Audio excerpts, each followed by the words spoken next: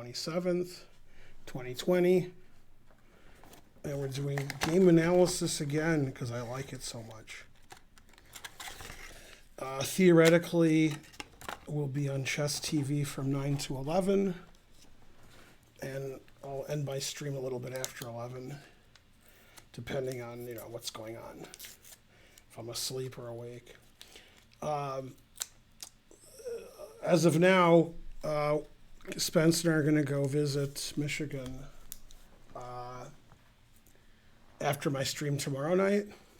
So I won't be streaming Thursday or Friday. I should be streaming Wednesday and Saturday. So right now, that's the plan. As you all know, the U.S. Championship Day 2 was today. Wesley won his first 5 games and drew round 6 with Dominguez pretty quickly. And I think Ray Robson's in second and Jeffrey Zhang's in third. I think that's right. And so forth. And I think the 6th game of the World Series is tonight between the Dodgers and the Rays. So Ray Robson did well, so we'll see if the Rays can also do well. Probably should do a current events and show Ray Robson's finish against Sevian where they both missed wins and they both choked on their rage and they both queened and got mated. That was pretty exciting. More exciting for the guy who won, I guess. So, unfortunately, the games never end. You guys put games in Discord all day, all night, twice on Sunday. So there's always 40, 50, 60 games. I'll probably have to do like a 15-hour stream next week to get rid of most of the games, or some of them, I don't know. Yeah, all right, let's see. What's the chat saying? Nightbot saying stuff. Hello, good evening. I'm actually here. I'm the 0th viewer. Hello, hey, love the content. Go sports team. Yeah. What's the deal today? 100 centitudes. Hooray. I don't have to look at all the games, but then people will be furious. They're furious anyway. Yeah, there's a lot of games in there. So, yeah.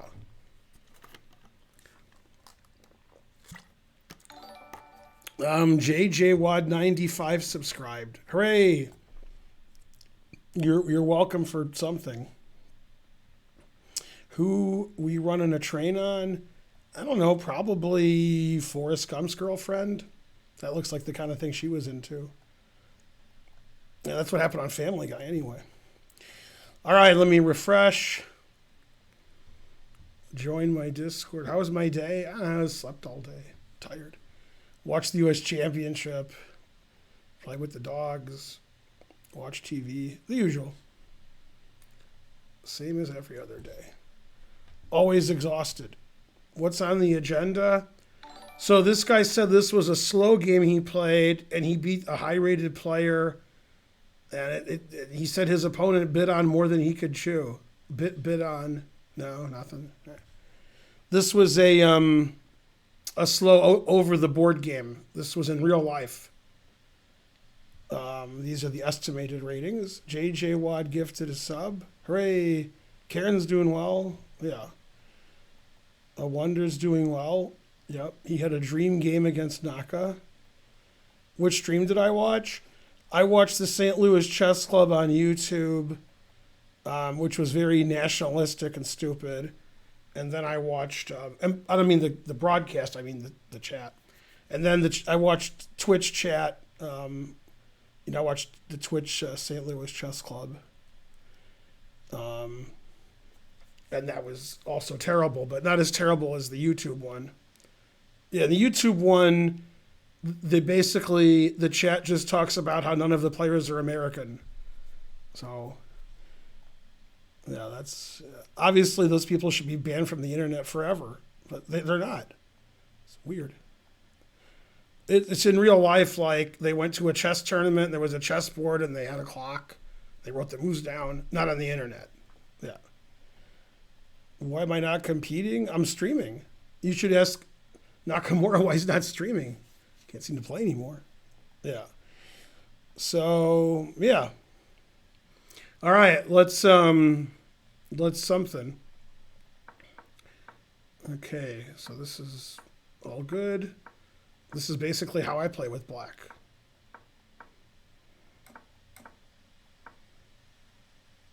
A6 is interesting. Knight BD2, that's a good reason to avoid knight C3. All right. Not sure if knight BD2 is good, but knight BD7 I don't like. I'm not sure what to suggest. I guess either bishop F5 or B5. But all right, it's a little passive.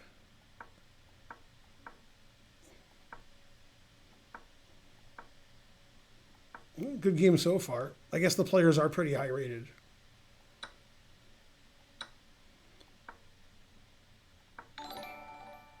A train. I'm not sure if I like A5 because I guess I do. I mean, I don't want to give up the B5 square, but maybe I want to play bishop A6 and trade bishops. No, maybe I don't. I don't know. A5 is, I guess, all right. It's not the first move I would think of. That move is very strange because you're on this open file where the rook can attack you. So that's sort of weird. All right, but the game's sort of equal. Okay, bishop A6, good.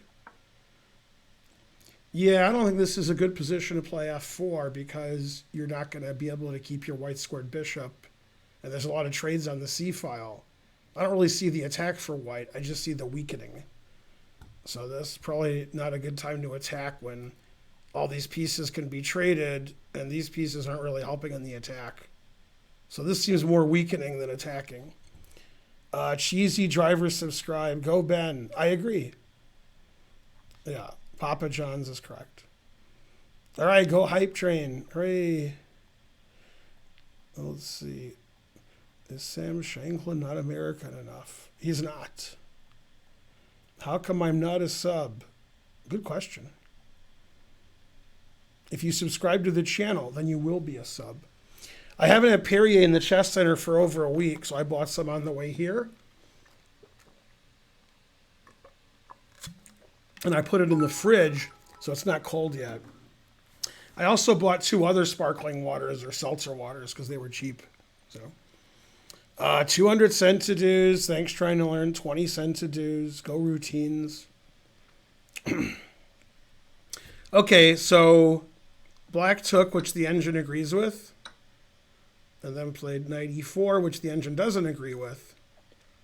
I don't know. Knight e4 seems to probably just lose a pawn to knight takes knight and bishop takes bishop and queen takes pawn. It's probably some compensation. Bishop h6 is the tactical move, threatening, all this kind of stuff. Knight d7 and knight h5 are the boring moves. Knight e4 is not even listed by the engine. 600 centidues. When will Perrier acknowledge your immense contribution to the brand? Now that's a good question, Appleside. I don't know. The engine says this move equalizes, although it said black was better before that. Okay, so, I would take this pawn if I was white, but maybe I'm missing something. Okay, well, white took the pawn. All right, that's what I would have done. So, okay, queen e2, that makes sense. The engine wants to play rook b1 defending the bishop and says it's equal. But he traded and then saved his bishop that way. And now the engine thinks black is better. Bishop h6. Obviously, if my queen and rook are active and my bishop's active and your bishop sucks and your b pawn is weak, you can see that black has good compensation for a pawn. Okay, queen d5 is the engine move. And here the engine plays e6, but he took this. Because you guys are in a hurry to get your pawn back. I understand. Now the engine actually prefers white. Okay, e6 looks forced. Okay, now here white had a decision to make. So far this game has been pretty good. White can go here, threatening this and this, or white can take the pawn. And actually the engine says they're the same. So, all right. He played queen d7. After queen a5, queen b3, it's also equal. All right. And this should be a draw. King g3 is not a move I would have considered. That seems strange, but all right, should just be a draw. Now, there we go.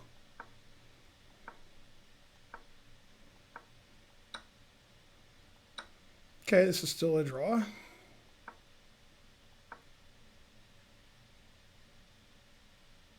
Okay. Now the engine likes white now.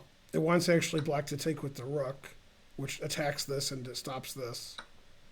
Now this is a protected passed pawn. So now white needs to move his king to the center of the board. Preferably just move your king here. So the engine plays either here or here with the same idea, just moving your king over. But white played there. That gives away some of his advantage. Yay, the hype train did really well. Okay. And then once again, white didn't move his king. G4 is a good move. That's a good move. F5 is a good move. Takes is good. Very good game. I would expect white's winning here because white can take this pawn on b4, which I guess he did. Okay. Yeah, this looks really good for white.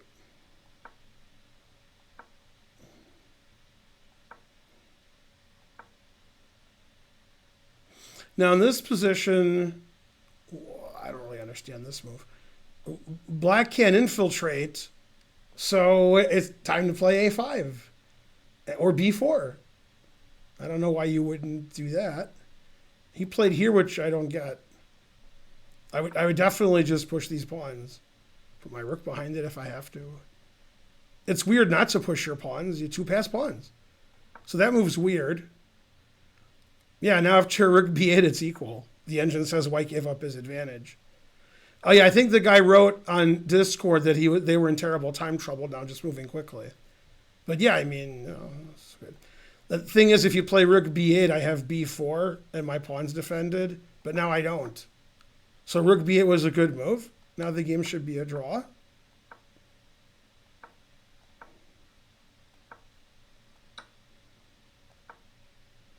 Okay, and that's a very big mistake because after check here, black has a big advantage. So white should either make this not possible by playing b4, and then if rook a2, I have rook a5, or playing rook a5 right away, or play rook b4, pinning the pawn, and then if you check in here, you can play rook a4. So basically, when black puts his rook here, white wants to put his rook, in the a file also. And the engine says it's a draw, but after a7, now white's worse, because now black has everything. Black has the better king, this pawn is stopped, and I got these two pass pawns. So now black's winning. So basically a7 was the losing move. He could have played b4, rook a5, and drawn. And d3 is a blunder, it says. Yeah, after d3, my king can't hide. So when the rook comes here and checks me, I can't hide anywhere. So rook takes was winning, getting rid of the advanced pawn. But you actually don't want your pawn on d3. If the guy starts checking you, you want your king to hide on d3. So it doesn't make sense to play d3. Okay, rook h5 draws, that's good. Check draws, good. And rook e8 is a mistake. Might draw. It's very hard to play. I mean, if you're going to keep your rook on this file, then you should play rook e7 and defend your a-pawn. Why would you give away your a-pawn with rook e8? That's weird. That was a strange move. He's in time trouble. King d2 is okay. Rook h7 is good. The engine says this is probably a draw, but black's better. I would think it's a draw. Yeah, it's definitely a draw.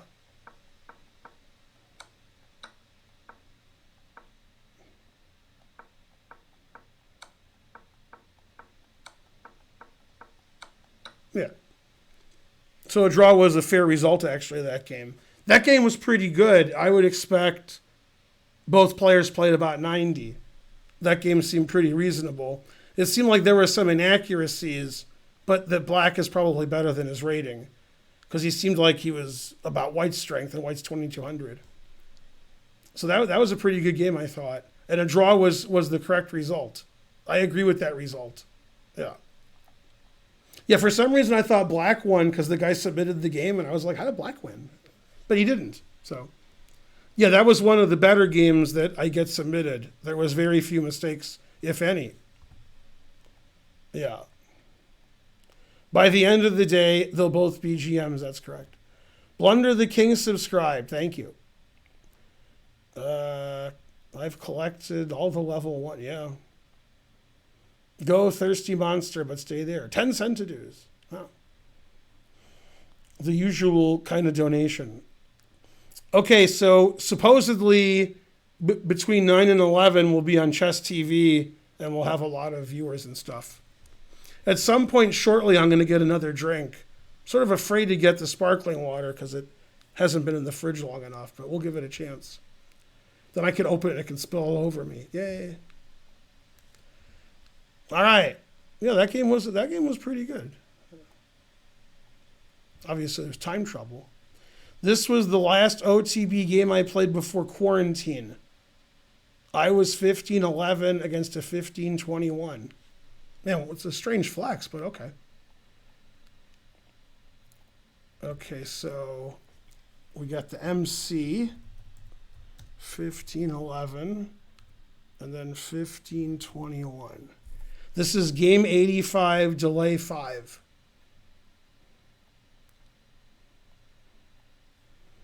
Fischer, Kasparov, yes, that's correct. A lot of people were complaining, shocking, on, I think mainly on Discord, about where videos are that we made. You know, we have to edit them and, you know, music and stuff. And we put out lots of videos every day. Like, this is a video. This goes on my channel. And then when Karen streams, that goes on her channel. And then when Spencer teaches on Tuesday, or I teach on Tuesday, the night class, that goes on the internet. And, you know, we have a lot of those. So, and then when I make current events or forgotten players, that goes on the internet. And again, we don't have a team of people. Basically, I sleep all day and Karen and Spencer do the video stuff. So the videos get put up when they get put up. Now, having said that, the Karpov-Kasparov video I made 2 weeks ago, exactly 2 weeks ago, was put up a little over an hour ago. So it has a thumbnail and music and all that stuff. So that's on the Chess Club and Scholastic Center of Atlanta YouTube page. That was a video that I made 2 weeks ago. Mom's doing better. Talk to her every day on the phone. Going to visit her. Yeah. I've been that mad. Okay, so all right, we got a hey Rosalimo or Moscow. Okay, so nobody would play D4, so I don't think you played that. If you want to play D4, then you would play without giving up your bishop. Like, play D4 now. When you play bishop here and trade your bishop, you're doubling black's pawns, so you're trying to, you know, get a better pawn structure, put your pawns on the white squares so that it doesn't block your white squared bishop, which you traded, and your dark squared bishop is good. So giving up your bishop for the knight and then opening the bishop and undoubling your opponent's pawns, it doesn't make sense. Okay. And then e5 is an unusual move, but it's okay. Bishop g7 would just be normal. It's all right. All right, so the position's already slightly better for black because black has two bishops for nothing. Knight f6 is a strange move. If I wasn't going to play f6, because never play f6, I'd probably go to e7, just so this knight wouldn't be blocking my bishop and pinned. All right. Yeah, this is just equal. Rook d4 is a funny move. I like it. I don't care whether it's good or not. I like it.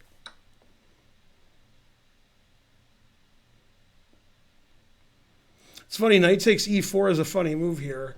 It's not the best move, but it's a funny move. This is a funny trick.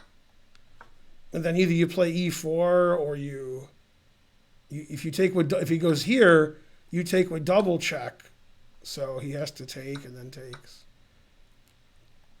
It's not necessarily a good move, knight e4. It's just like it's a funny move. Okay, you played h6, putting it in h. Okay, pretty equal position. f5. I'm not a big fan of f5. I think white played a very excellent move here. Yeah, probably you should take on d4 because if white plays d5, then black's bishop is permanently bad on g7, which is what happened. Yeah, it'd be better to take with the rook. Then your rook could try to go to d7, and you block the e-pawn. That's not the best move. Okay, now black played an incredibly bad move, which makes one think he's not 15-21. I guess he could play knight g5 check. He did play knight g5 check. Okay, like this isn't a move I would consider. I mean, I want my pawn to go here eventually to open up my bishop.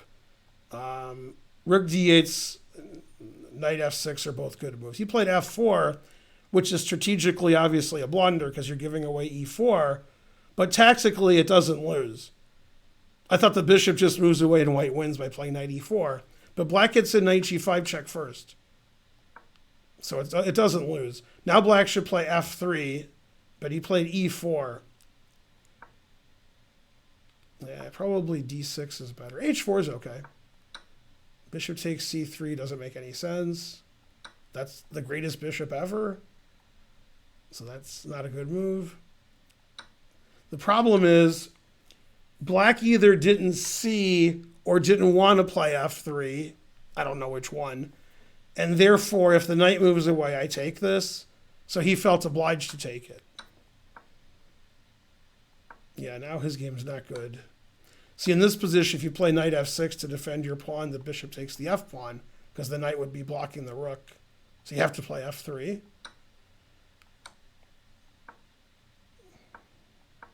Yeah, and this is just terrible for black because white has a passed pawn and the f-pawn's going to fall. And it did.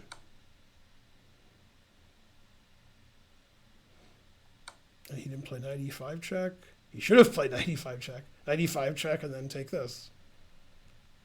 Yeah, that's weird to take this and not play knight e5 check. That was very strange that he played rook takes rook. That just loses. Now black's just down a pawn and worse. Yeah, that was really bad.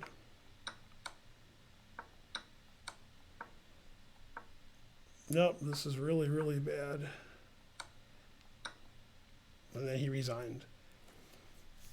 Yeah, he sort of lost the thread of the game there. Because the game was about equal around here. And then, you know, f4 wasn't good. And then bishop takes is bad. Here you should definitely play f3 check. You really want to keep this bishop. This bishop's great. And then, yeah. And then here to not play knight e5 check is weird. See, if the king goes to e4, you can take this pawn. If the king goes somewhere else, I don't know, here, let's say here, then I can take and check and win the bishop. So you could also go here, and then I take and take the pawn on c4. So not playing knight e5 check was like the losing blunder. This is just completely losing. White's up a pawn and white's better. So that was a very bad trade for black when he could have played this and the game would have continued. Black was my college math professor. That is funny. I'm not sure why. Confusing the audience. Man, I'm thirsty. What's that say? Pretzels are making me thirsty. 846 viewers a do, and I'm not on Chess TV? I was put on Chess TV early? What's going on here? I don't think I could have 846 viewers unless I was rated or on Chess TV. I guess I'm on Chess TV early. I don't know. Man, I just lost a lot of viewers. Man, I don't know. Terrible. Oh, well, either way, hello. It's Mr. Burns. Yeah, I have a lot of viewers, but I'm in like a no man's land of viewers. Not enough for Chess TV, too many for not Chess TV. So I don't know. Not on Chess TV. Now I'm waiting for somebody to say I'm on Chess TV. What? I'm not on Chess TV and I have 750 viewers? That doesn't make any sense. You are. Why do I have so many viewers then? Did I miss a raid? What's going on? Is nobody streaming but me? Hope so. I'm going to check and see if I missed a raid, because I do that. Doesn't say anybody raided me. All right, I don't know. Yeah, it said I had 800 viewers. Then it went down to 595. It must have heard me. Yeah. Watching you on Chess TV now. Very suspicious. You should be on Chess TV. I should be on from 9 to 11. It says 887. What? You are on Chess TV. So Trying to Learn said I wasn't on Chess TV. Karen said I was.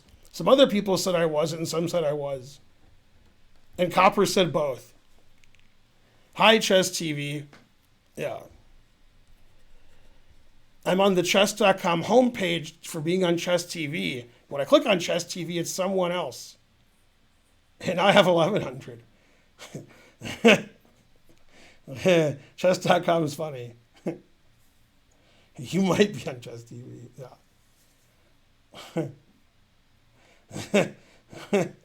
I'm on Fox News? Okay. If you want me to look at your game, the best thing to do is to put the game on Discord and then freeze yourself Cartman style until the video game comes out. And then when you're unfrozen, it'll be time to look at your game. Might take a few years. That's right. Schrodinger's Chess TV. I'm on and I'm not on Chess TV at the same time. All right.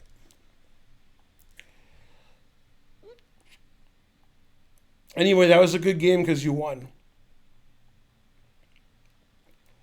1889 versus 1890? That sounds fake. How could that be? How could you guys be one rating point apart? I played this as black. I have no idea to handle this variation. Although you did win, so I don't know. This looks weird up here. Let's delete this. All right. Yeah, that worked. All right, so both players are between 1889 and 1890, and it looks like it was a 10-minute game.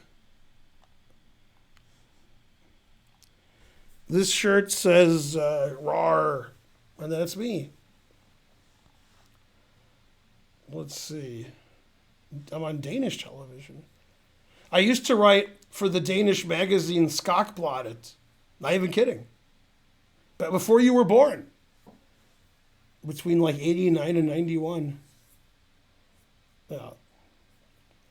1,269 viewers. Hi, viewers. You're the viewerist. Yeah, go Skakbladet. Man, my Danish was a little rusty, but I think I got it now. Where can you get a copy of the 1990 Skakbladet? God damn, I don't know. Did you make cartoons? I did not. Before you were born. And Kangster 907 knows what he's talking about. Remember, you don't have to donate $49.99. You can donate more. To paraphrase Ginger Hashvili. Man, these pretzels are making me thirsty. Let's see. Go Skakbladet. There was some good Danish. Oh, wait, I can't do that. I'll be kicked off of chess.com. You pronounce Skakbladet quite well. I do? Doesn't sound like me. I'm older than you, but thanks anyway. You're probably not older than me. You're just being sarcastic. He has that humor that just cuts right through because he's a guillotine. All right, I'll look at this game, and then I'll have to leave like this napkin in charge because I left my inanimate carbon rod at home. employee of the month and such. Okay, c5 is e5 is not a move I've seen before after d3.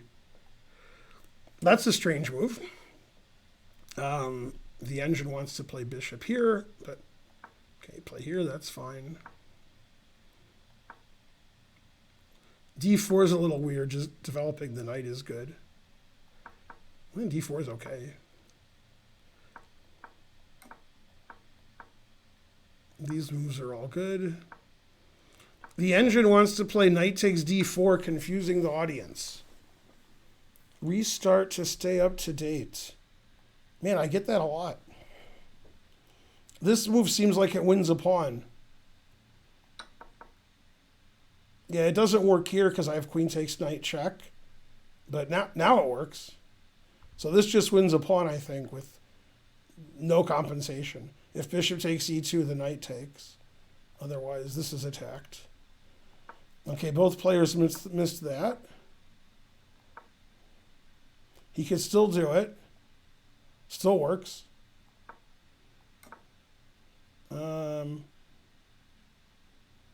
It doesn't want to do it now because after takes, knight takes, I guess the d pawn's hanging because the bishop's here. Now this reminds me when I was 12 years old and many times since, I've had this position. And bishop b5 is just a mistake. And then knight takes e5 wins a pawn. Hooray! Go Ben. Yeah. I'm older. No, nobody's older than me. No. It was played in March, but still hasn't been rated because it was part of one game a week, month long. It was interrupted because of COVID. Yeah, I don't know. You could ask the director, I guess, are you going to rate it or what's going to happen? Yeah. All right. Good question. Only Karen knows. She's a higher level director than me. Okay. So, black castled. This game looks about equal. Okay, so now the engine doesn't like the move rook b1 because black has the tactic c4, which obviously is explosive in this situation. And now it thinks that black has a slight advantage because black's starting to take this pawn with discovered check, winning the bishop, and this pawn. So after c4, the engine prefers black. c4 is explosive.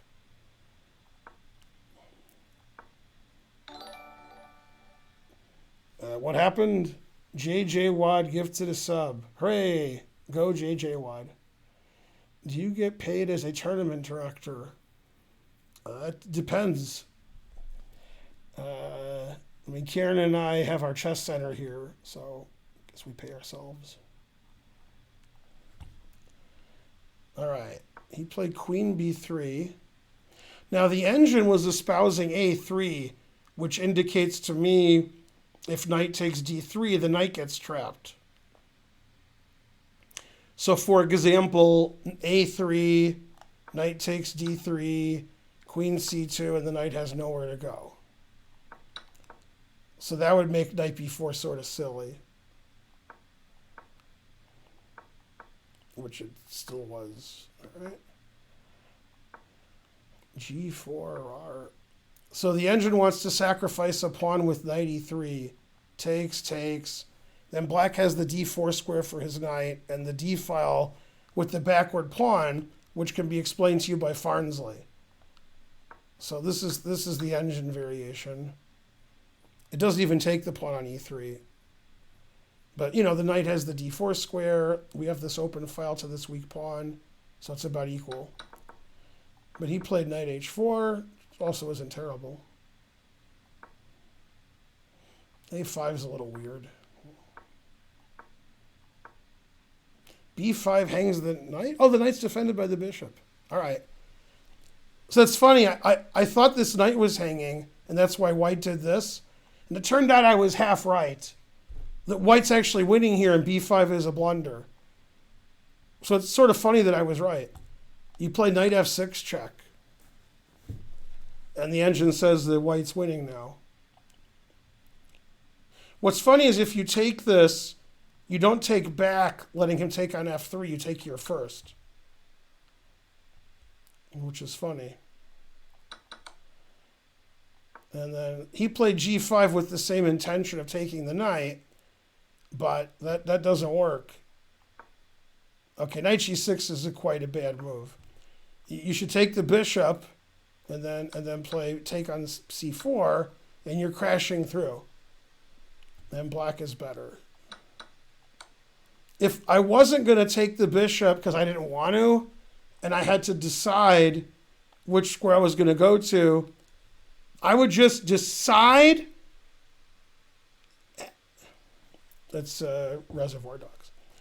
Okay, so he should have played knight f5 if he wasn't going to take the bishop. Knight g6 is just a very bad square for the knight because it's going to get harassed.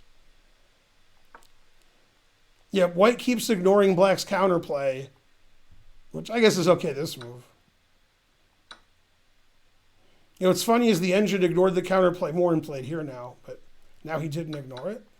Okay? And h5 is just a terrible blunder because he allowed the rook to the 7th rank.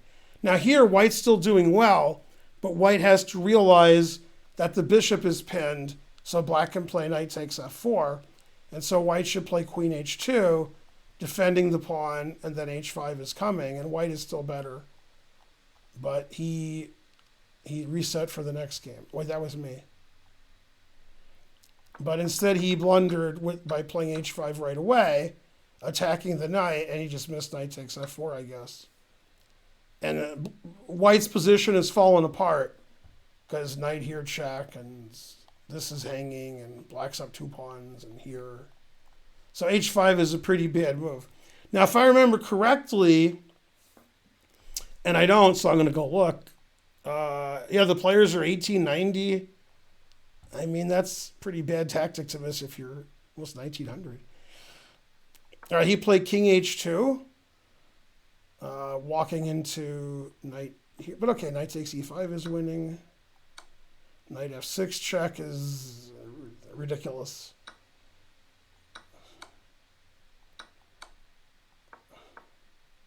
Threatening mate, queen h2 mate, and he didn't see it. I mean, the game was reasonably well played until white played h5 and let black take all of his pieces and pawns. So I'm assuming white was in time trouble the last 5 or 10 moves of the game because he was blundering a lot of material, and he hung mate and won. So that would be my guess. Gotta guess something. Yeah. No, it wasn't a 900. The players were rated 1900. But I guess you were kidding. You meant if they were 900. Yeah. Yeah, knight g6 makes you Mr. Pink, but he couldn't change his name because another job was Mr. Pink. So, yeah, well, I mean, they were in time trouble probably. So, yeah. And we've talked about this on previous streams where, you know, people play okay. I have no complaints. And then I have a lot of complaints. And that's weird unless you think about the kind of energy you expend when you play chess. And if you expend too much, a lot of people can't keep it up. So they fade. They're okay, and then they're like, I'm tired. This is actually a big issue with older players like myself, is if I played in a GM tournament where I was an average rated player and it was 9 rounds and the games were 4 hours long or so, you know, I'm going to get more tired than my teenage opponents. So yeah, it's not easy to, you know. And a lot of times when 2 class players play like this and seem like they're playing okay, and then all of a sudden one of them doesn't play okay, like every move hanging everything. And they didn't do that the first 20 moves. They started doing it when they were tired, and had very little time on their clock. So yeah, you don't really want to play chess like this, where it's like you play well, you play bad, you play well, you play bad. You want to, just play consistently okay, and take advantage of your opponent's blunders, if possible. Let's see. Pelham 123. What? All right. I guess I was off Chess TV because I went from 1,100 viewers to 600. So I don't know. How do you get better at handling time trouble? Don't get in time trouble. Once you're in time trouble, it's over. All right. Now we want to have a clean, area here. So when I get my drink now, I'm going to leave the paper towels in charge. That way, you understand what's going on. I'll be back. Maybe.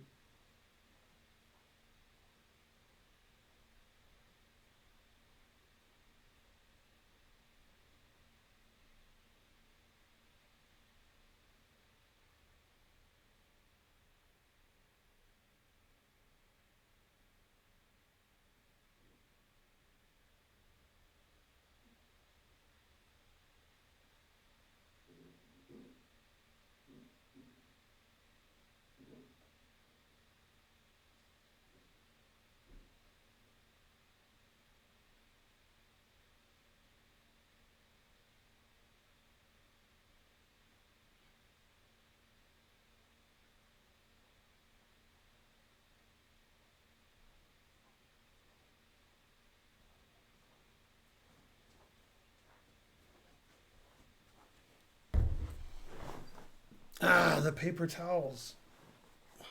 No, I forgot about them. Let's see.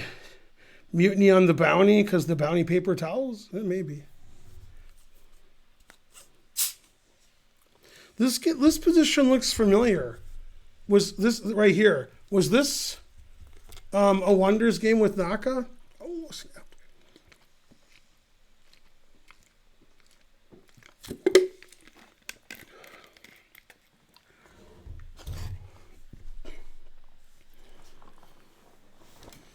Who's the best player in their chair now? That's right.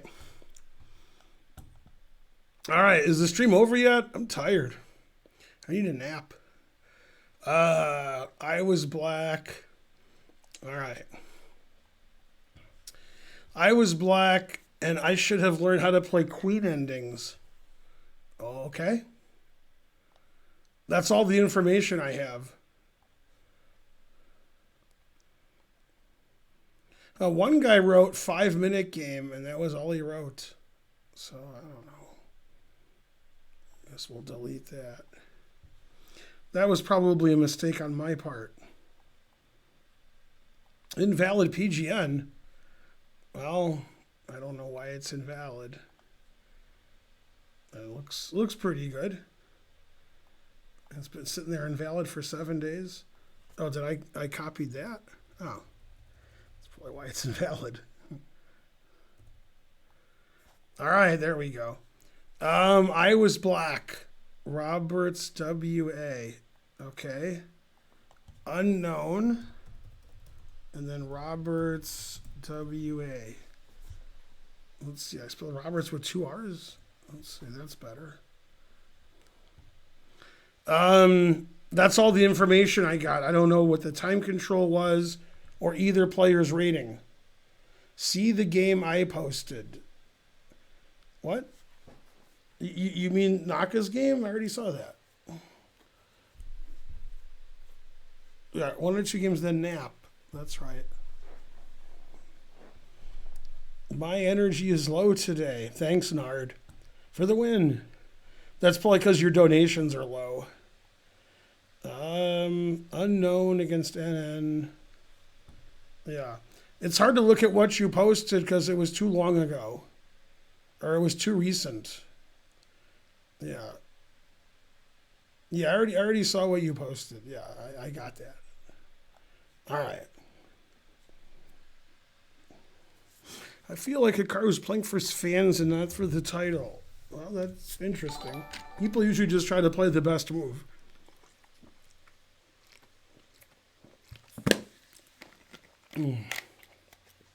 Cy Bradbury gave 5 subs. Yay.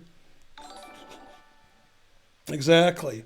Naka's like, man, my fans want me to lose. I guess I'll play like that.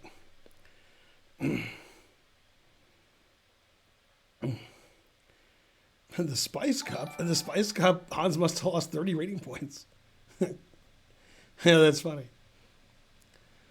Yeah, no, Hans lost a lot of rating points in the Spice Cup. Yeah, actually, I think they're going to take away his IM title because he played so badly in the Spice Cup. Yeah. Go Wesley. I think his performance rating in the Spice Cup was about 2,100, so not good. Nard FTW for the win. Gifted the sub for the win. I only play chess for money. I'm broke. Man, Kangster's really trying to get me some money over here. Yay.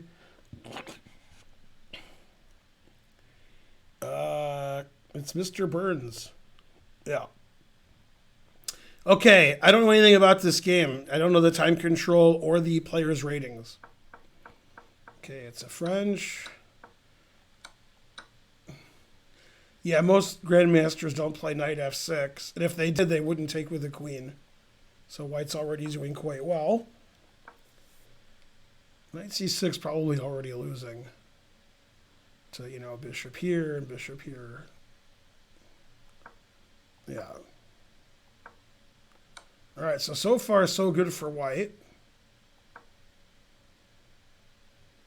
I wouldn't play queen d2, but it's okay.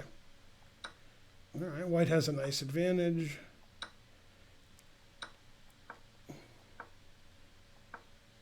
c3 is a bit passive.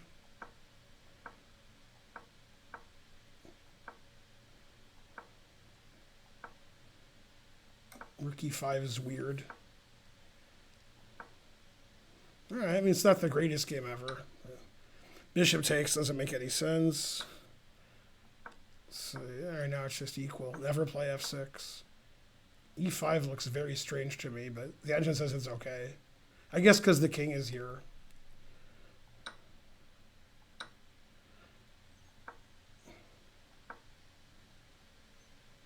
It's a good move. That's not a good move. Yeah, now white has a terrible pawn structure. Black is better. And black has good winning chances. Let's see, how's this king and pawn ending? Probably a draw.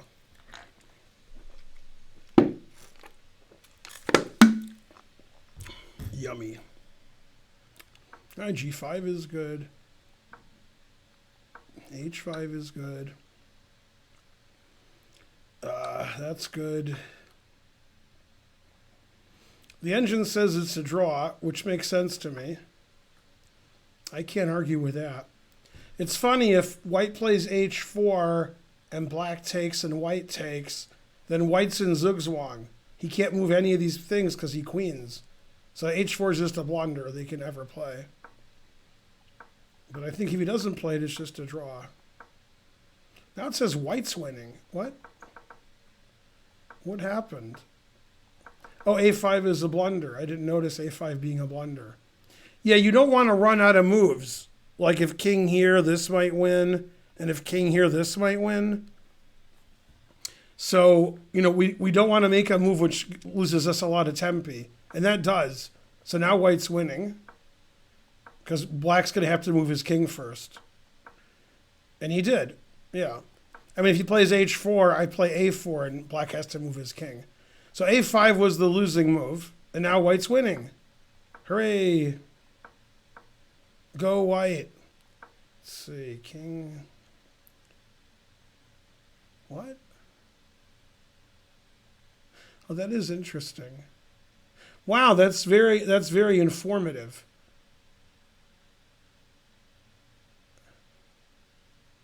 Huh.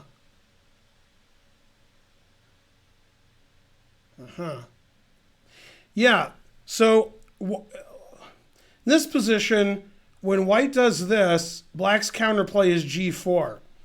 However, if white doesn't move his king, then g4 is bad. So a4 is the best move. And the reason is if we start to do our counterplay now we play king e4 and we win the f pawn.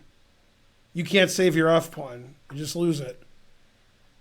And yeah, never play f3. Yeah.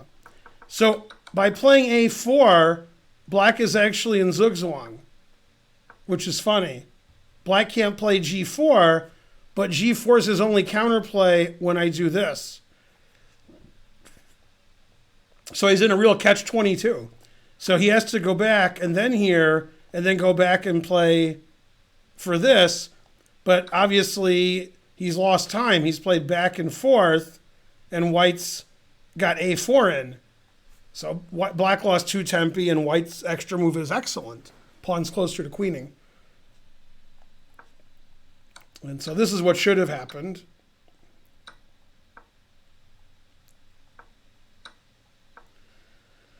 Yeah.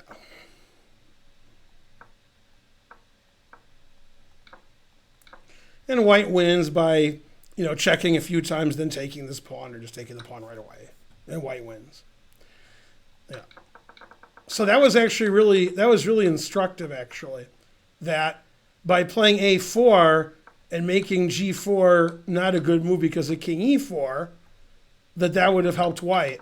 But instead, white just played the normal king c6. So now we play g4, and we're ahead of tempo over that variation. So it should be white's move here, and the pawn's on a4. But it's black's move because white just directly went for the queen side. And this should be a win, I would assume. But maybe it's a draw. Engines would know. When I say engines, I mean table bases. Yeah, it's probably better to block with the queen. But okay, this is fine. I'm not sure if this is a win or a draw, but I think it's a draw because that's actually a good square for the black king. That way you can get a lot of checks in. The table bases know if this is a win or not. I don't know. Some super GMs would know, but not me. I mean, that's got to lose. So this is a funny configuration white made. So if queen check, I have queen f3, queen c6 check winning. So this is probably winning now.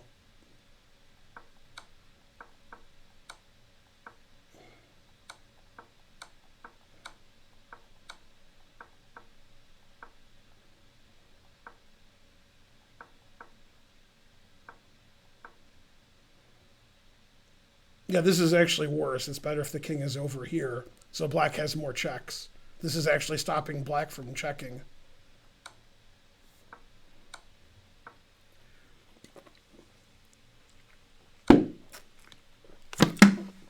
I was drinking Perrier, and the guy played queen takes d6? What? But I was drinking Perrier. Why would he do that to me? I mean, moving the king up just wins. Like, the game's over. He did this, which is an immediate draw. I mean, just here and you win. That was easy. Wow, then you could trade queen's next move and your king's here. Wow, queen takes queen. What a terrible move. Never trade. Well, now it's a draw. All right. All right. Frankly, that was terrible. Yeah. So that was not good. So white was winning the end game.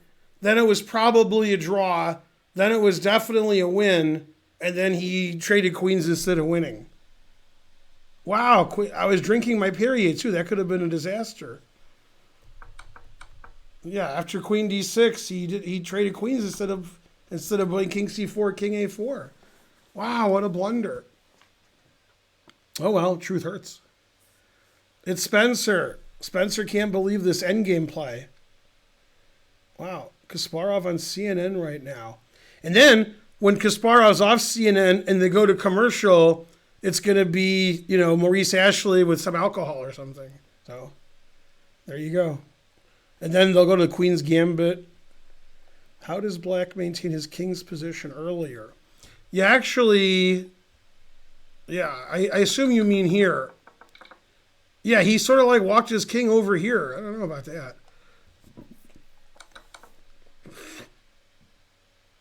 Yeah, in fact, the engine here, like, makes random king moves that stay around here. Like, the engine plays, like, king here, king here. Yeah.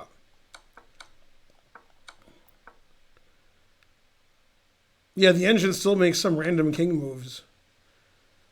Yeah, now he could play queen f5 check. Obviously, queen here check allows the queen trade. The queen f5, oh, he did play queen f5 check. Yeah. Now he's probably losing. Probably.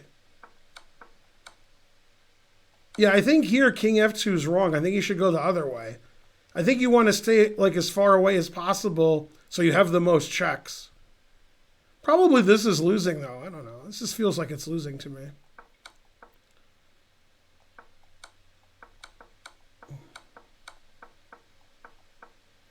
Yeah, then he's moving his king even closer.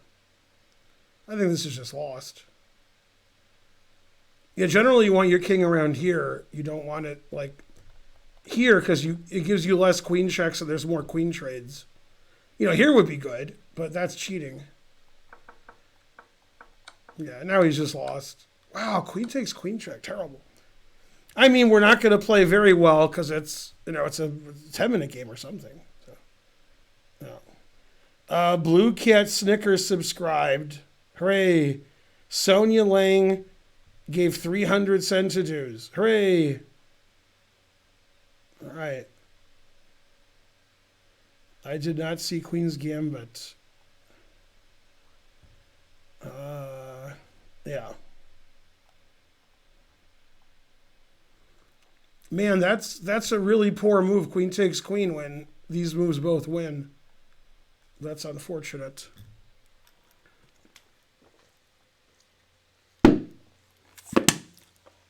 Yay, we have 958 viewers. It seems like we're just going on and off Chess TV, but we're probably on now. I don't think I'm getting that many viewers when I'm not on Chess TV. Man, I'm so tired. I've never been this tired ever. Well, maybe. Yeah. Let's see. It's Pandatory versus Cuvier. 15-minute, 10-second increment. Yay, Cy Bradbury cheered. Hooray. 200 centidues. Yay, hooray for everybody. Okay, we're only 6 days behind. 1351, 1365. That was their names. I wonder if this was during the papacy of Avignon. That's about the right time period, right? No, I don't know. Sometimes there's 3 popes. What are you going to do? Let's see. It's Pandatory is white. All right. Our hero's white. I guess we'll put his name there. It's Pandatory. I mean, there should be an apostrophe with the after the it's.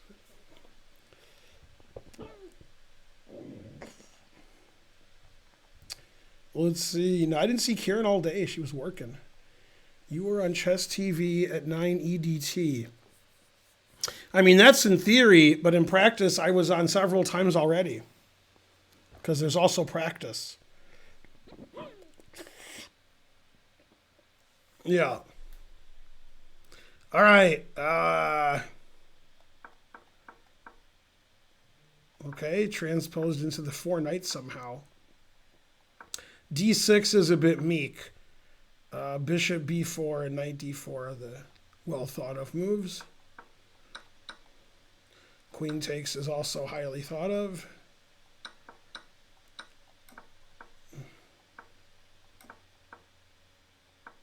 Pretty good.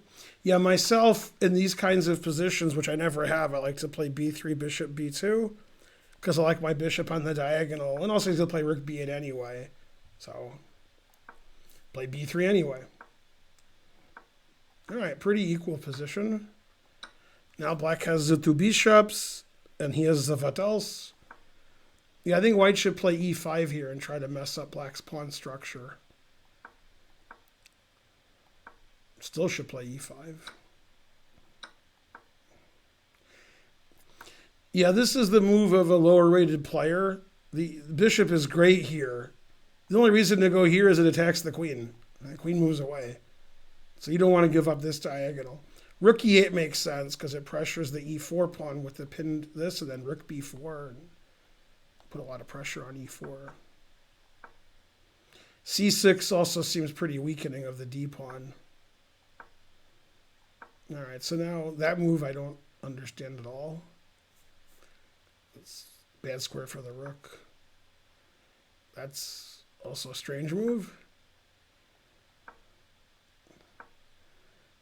All right, it's random legal move time. f5.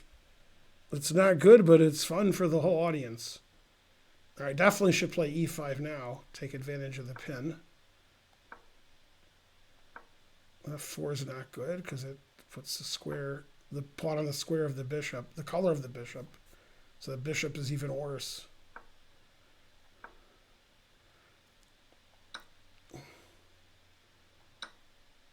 Yeah, I think he should play e5 and then put pressure on this pawn. He has a passed pawn. And here he should take with the pawn and straighten his pawns out.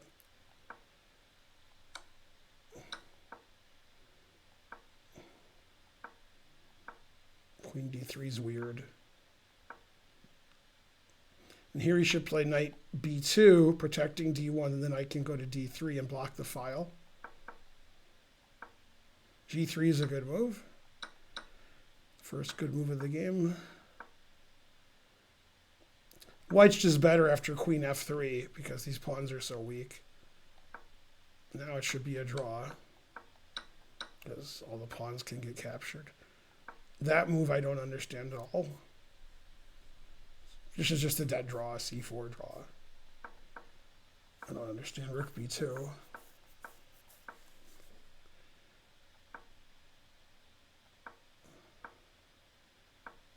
And black plays for the win. All right. Black's obviously worse here with his double pawns. Now he's down a pawn.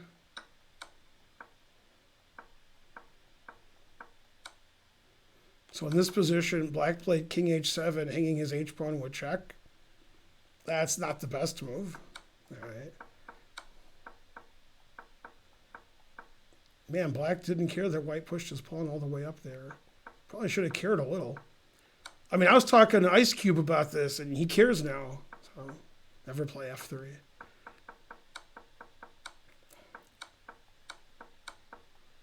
And he resigned. What's funny about that game, other than black just giving pawns away with check every move, is they were repeating, and black had that double pawn on the queen's side and then didn't repeat. He's like, I want to win. And then he hung all his pawns with check. I mean, that was a good example of somebody fading. Like, they played about the same strength that game, and several times during that game, white had an advantage, but didn't, do anything about it. And then he lost. No, because if black takes the rook on the c file, meepacks, then white queens.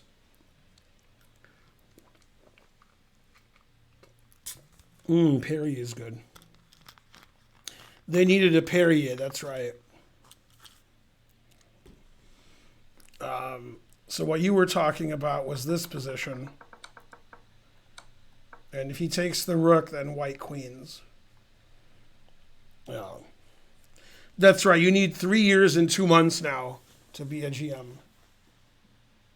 Yeah. I repeated too hard on accident. There you go. Yeah. Nobody wanted to draw.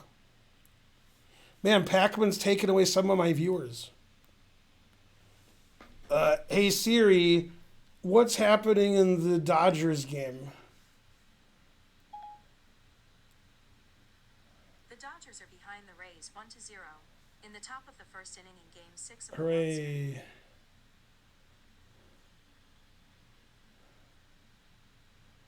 Has white ever not lost an F3 Nimzo? No.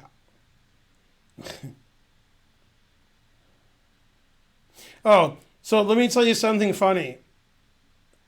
As you all know, if you don't know, I'm going to tell you. Very often on Twitter, and I'm sure everywhere else, but people, when they put the time zone, they don't seem to understand that we're on daylight time now in the U.S. And you were on summertime in Europe, and now you're not. And so people would write CET instead of CEST, and they would write EST instead of EDT, and so forth. This has been going on for months.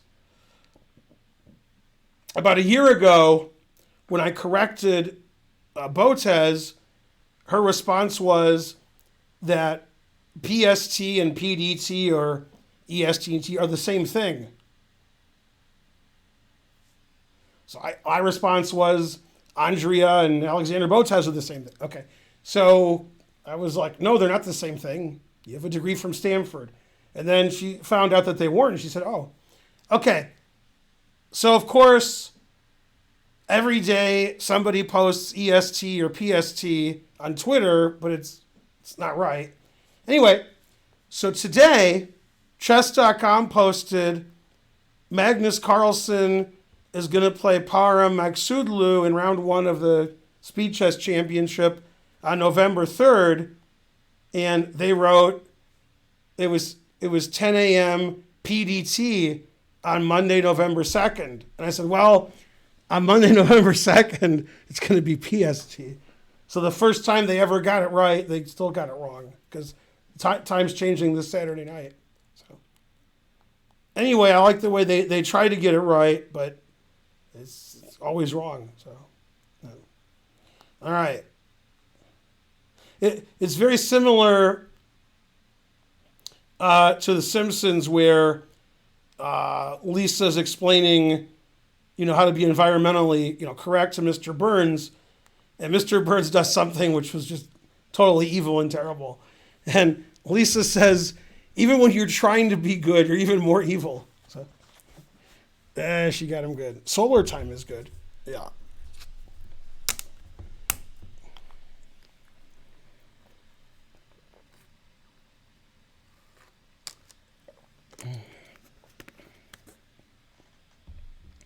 Do I still have my appendix? Well, it turns out that when I had a pain, Dr. Hibbert didn't have his trusty knife with him, so he couldn't take my appendix out. The guy next to me, he was also in pain, and he went to another doctor who had a knife, and he took his appendix out just in time, because when he got it, he threw it and it exploded in the air. So it would have really burst, So yes, the answer is yes. Cancel standard time. Have substandard time. That's right. Little Lisa's Slurry Company is correct. Yeah. All right. So that wasn't a good endgame by black. It's pretty good, but not too good. Now, I want to rant a little bit because you guys like that. But at least when I rant, I'm correct, unlike when other people rant.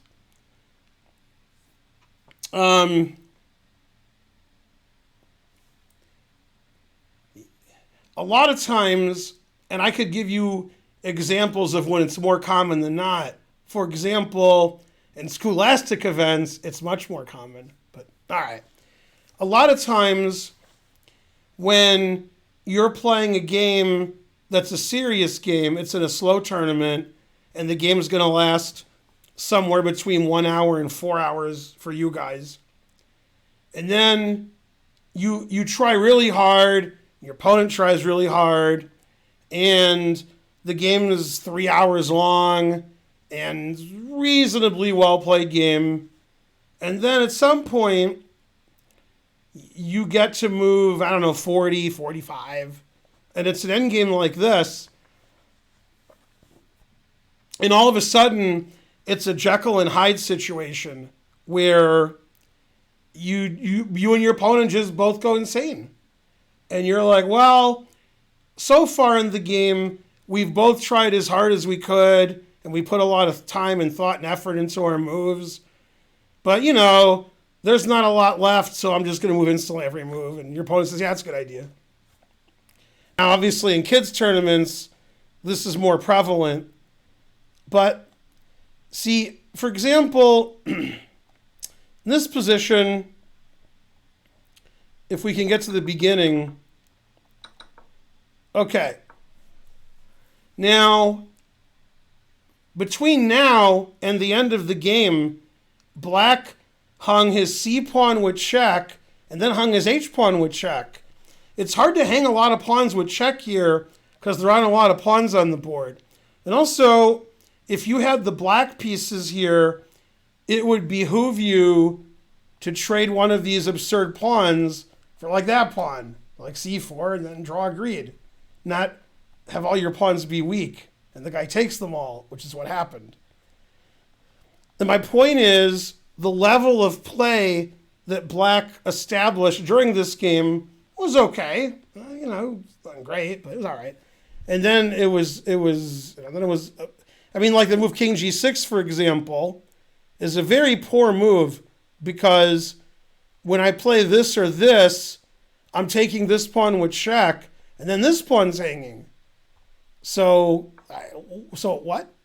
So you should just play Rook C2 and play C4. I mean, you got to trade these pawns off.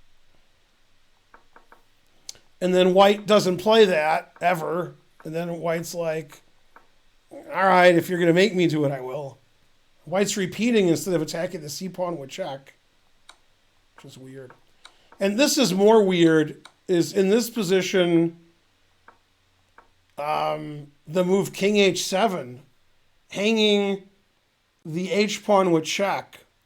So what I'm guessing is black was expecting white to play Rook C6 check and B6, and he tried to prevent it. So he played King H7, which stops Rook C6 check, I guess. All right. Then in this position, like, black played Rook A4? Wow. What? I mean, then he lets the pawn go further. Why would you do that? All right. So that was all weird. And then he resigned. Yeah, it's weird to hang your pawns here and then hang this pawn with check. And then white just walks his king up and you resign. That was just no resistance. And a lot of that is people like sort of give up near the end. Whether the game is a win or a draw or a loss, they just want it to get over with. This is not a good attitude that a lot of people have. They don't want to play anymore. Now, if you want to become a grandmaster in a year or two, like Reddit says you will, you can't get to a point in the game and then be like, yeah, all right, that's enough. What's the result? Now, one of the worst opponents I ever played, as far as behavior is concerned, is Jerry Hankin. He's a famous, lunatic, RIP. He was on the USCF executive board. He was a 2200 player. He was a parole officer. He was a big guy. I've talked about him on stream before. But I played him in the National Open once, and he basically just talked the whole game. Right? He acted like a little kid, and he's probably like 60. And at some point, he said, I'm too tired to play. Just tell me what the result should be, and we'll write that down as the result. And this is the attitude that a lot of people have once the game has gone a certain length, that they lose interest and they just want the game to end so they can not play anymore.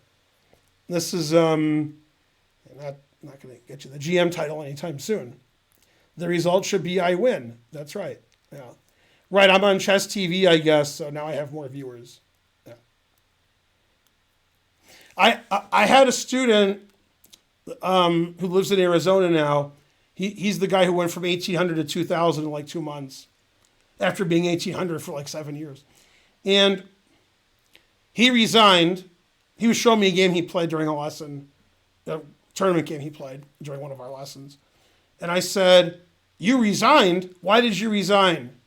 And he said, I was hungry and I wanted to go eat.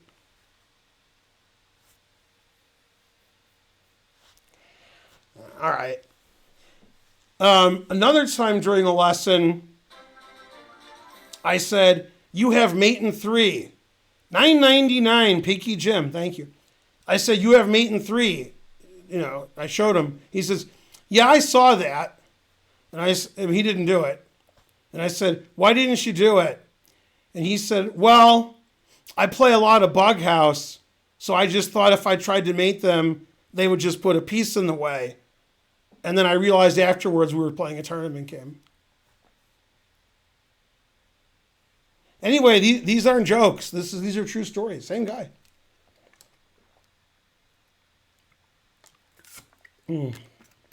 So there you go. It sounds like those are jokes, but they're not jokes. That's what happened. And that is why Ben doesn't teach anymore. That's right. Yeah, why didn't you play mate? I thought we were playing bug house. Yeah, all right. What? All right, go Codex A squared. It's a quarter century. Oddly enough, the checkmate was with the knight. That's right. That's correct. All right, that was a good game, except for one thing. I'd like to start by saying I'm going to donate $20 the next chance I get. I was black. The time control was 5-5. All right. You're 1,200. Your opponent's 1,200. Your opponent's bad, and you should feel bad. All right. It says site chess.com iPhone. That's an interesting site.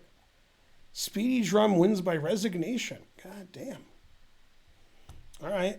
Well, let's see if the PGN works. That's the first way to get to $20. Let's see if I have to get rid of this. And then we'll put yes or 01. Whoa, that didn't fix it either. Uh-oh. Maybe I made a mistake. Oh, yeah, whenever they put the FEN in, for some reason it messes it up. I don't really understand that. All right. Fixed. This guy said, this game had plenty of mistakes, but not outright blunders. All right. What was the time control? It doesn't say. Oh, 5-5, it does say. And I read it. But I forgot because I read it a minute ago. Yeah, his PGN is bad and he should feel bad. Yeah. Go Zoidberg. How could you beat somebody with such a Russian-sounding name? And look at that pretend rating he's got. Damn. Okay, we have a French defense. All right, bishop b5 check is a mistake because white doesn't want to trade the bishops. And, when I teach beginners, they like to check. And in fact, before you guys were born, I taught a lot of chess classes in Ann Arbor at schools. And at some point, I would give them a written quiz. And what I learned from the written quiz is a lot of kids can't read and write. But anyway, there would be multiple choice questions such as, which is better? Like A, checkmating your opponent, B, losing a pawn, C, falling out of your chair. Those kinds of questions. Okay. One of the questions which had the most wrong answers was, like, a lot of them had almost no wrong answers for the, kids were smart. But this one had a lot of wrong answers. It's like, what's the best thing you can do out of the following? Pick one. And one was like, capture a pawn, capture a rook, give away your queen, or put your opponent in check. And I think more kids wanted to put their opponent in check than capture a rook. They loved putting their opponent in check. That was the greatest moment of their life. So you see a lot of bishop checks, which can easily be thwarted, moves that don't really make a lot of sense. But they just love to give them in check, so you got to do it. All right, so white's slightly worse, at least. Some of these moves don't make any sense. All right. Bishop g5 doesn't make a lot of sense. g6, all right. Knight g3, the best square for the knight, except for one thing.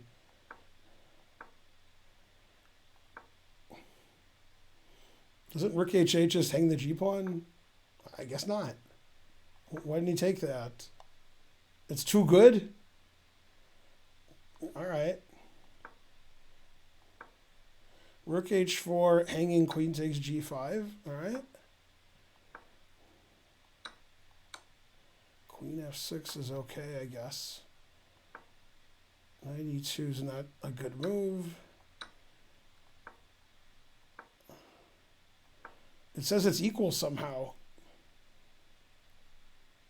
So, yeah, white shouldn't trade queens, because if black trades queens and white takes, that pawn on f6 is annoying. So knight b5 is the right move, then white's better.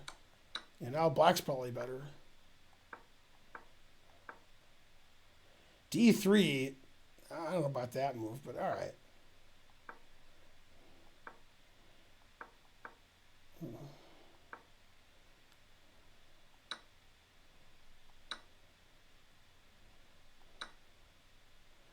That move just loses a pawn to the Zwischenzug, so you shouldn't have done that.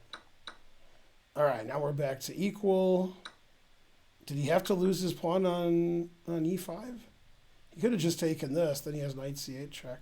That would have been a draw.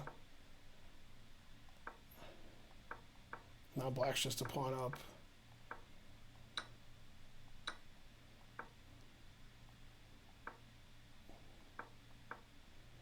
Knight h8. God damn.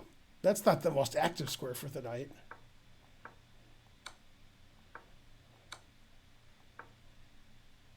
Why not king g5? Oh, rook e4, saving the b pawn. That makes sense. Yeah. Knight a6. Both sides seem to be intentionally finding the worst squares for their knights. Knight a6. Some of these moves aren't the best moves. Never play f6. Yeah, f5 would have been better last move. Knight takes a5, pinning his knight to his rook. All right. And he unpins it. And black wins with excellent technique. That's right, go into the lost king and pawn ending. White resigned? Wow. 999. Man, if I was white, I would not resign this position. And if my opponent promoted his pawn to a queen, I would not resign that position. All right, well, that wasn't the best game. There were a lot of mistakes. If I put the engine on it, it's not going to give a good report. Yeah. Very strange opening play by both sides. Some people giving pawns away, not being captured. Just sort of an overall, bad game. So I would say maybe 6 years until both players are grandmasters. Maybe white in 5.5 because his name's pretty Russian sounding. Something like that. Whose game is this? They're both 1200. Yeah. White missed knight a8. That's right, because black played knight h8. So, yeah, that's right. Man, knight h8 confused me. Now, the only thing I want to talk about that game of note is this position. After knight takes e5 and the game continuation, then white resigned because black's going to make a queen. So you shouldn't play knight takes e5. You should move your king and hope later you get stalemated or you can sacrifice your knight for the 2 pawns. Knight takes e5 just loses the game immediately. So you shouldn't play that. And again, people just play and they just stop caring about the game. Knight takes e5, that loses immediately. I'll play that, then resign. Just move your king back and try to draw knight versus knight in 2. Yeah. No, I was thinking that was the game Naka versus Naka. That's what I was thinking. But yeah, Naka wonder is fine. Yeah. Anand played knight h8 against me. That's right. Yeah. No, I mean, you shouldn't make fun of how Nakamura's playing in the tournament because he'll probably play worse tomorrow. So we'll make fun of him then. Yeah, exactly. Yeah, I mean, you don't want to just give up. You gotta, try not to lose. You can't take this, and then after take here, go out, resign, move your king back, and try to draw that position. It's losing, but you can try. Who is Wesley still going to lose to? No, he's not going to lose. The only person he can lose to is Naka. Naka's not playing well. The other people aren't good enough to beat him, so he's not going to lose any games. The problem that Wesley has, and he has it a lot. So if I was his coach, I'd probably just spend most of the time punching him until he told me to stop. Wesley often wins at the beginning of a round robin. And then he's just like, that's enough. Wesley starts a lot of round robins against grandmasters by winning his first 2, 3, or 4 games. Then he draws the rest of his games. He does that a lot. And I'm like, why do you do that? Why not just keep winning? So I'm worried.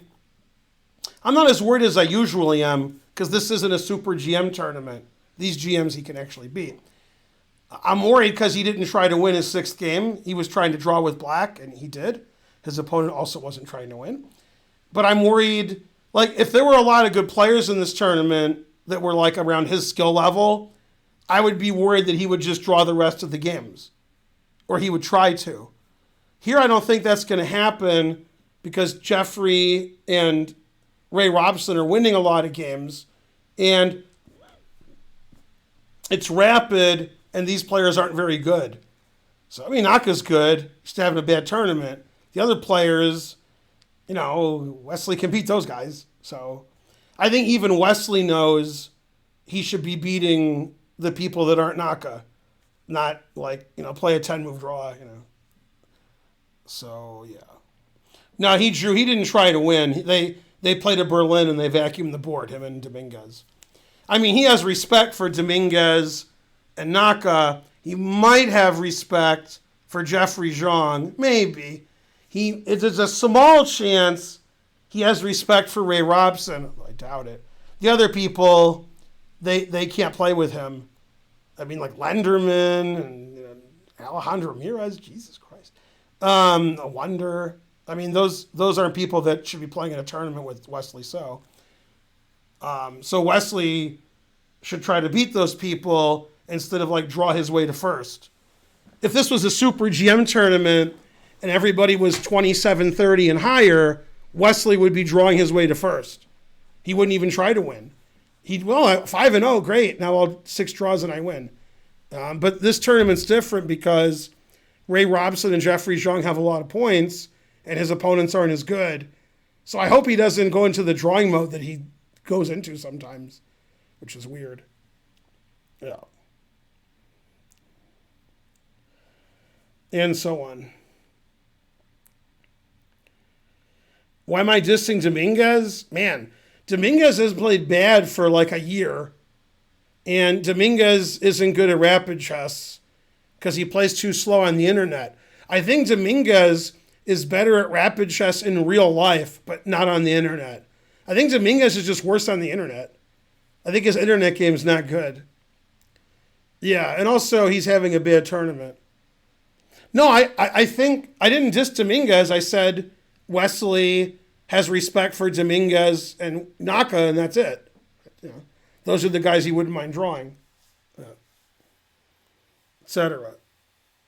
Yeah, that's right. Naka does not. At least 25 times on the internet in the last 4 years, people have asked me, or they've asked just the chat in other chats, why isn't Magnus playing in the U.S. Championship? I see that all the time. And when people say, well, he's not American, then they say, why doesn't he just become American so he can play in the U.S. Championship? What? All right. I mean, I get that a lot. Yeah. And basically on the YouTube St. Louis Chess Club channel, the chat was just, Naka's not American, Alejandro's not American, Jeffrey Zhang's not American, A Wonder's not American. Is this the Chinese championship? What kind of tournament is this? I was thinking, they also said Sam Shankland wasn't American. They also said Fabiano wasn't American, and he's not even playing in the tournament, but they still got him. And I was thinking, man, people who were born in America and lived their whole life in America and only speak English, they're not American? Damn, what's American? I didn't know what American was. I was like, Jeffrey Zhang, he's the most American person I ever met. He's born in Texas. And he only speaks English. So I was like, well, how is he not American? What? Anyway, everybody's not American. Sam Shanklin's not American. And then they were questioning Jen Shahadi's Americanism. They were like, Jen Shahadi's not American. And then somebody said, well, she was born in Philadelphia, but you're right. Her parents are obviously Russian. And I was like, what? I mean, the person basically agreed that Jen was an American, even though she was born in Philadelphia. I was like, wait a minute. Are you disagreeing with that guy or agreeing with him? What's happening? So basically, nobody's American. I don't know. I guess the U.S. shouldn't have a championship because nobody's American. You're not American. You're not American. If only Oprah was there to tell everybody they're not American. Yeah, I'd never heard Jeffrey Zhang and Sam Shankland and Jennifer Shahadi and Fabiano. I mean, basically everybody born in America. Wonder, they're all born and they're all not American. Man, if only what's his name was there, Robert Hess. They could tell Robert Hess you're not American, confusing the audience. All right. Remember, everybody's not American according to the chat on YouTube. Yeah. Nobody's American. Rawr, they were furious.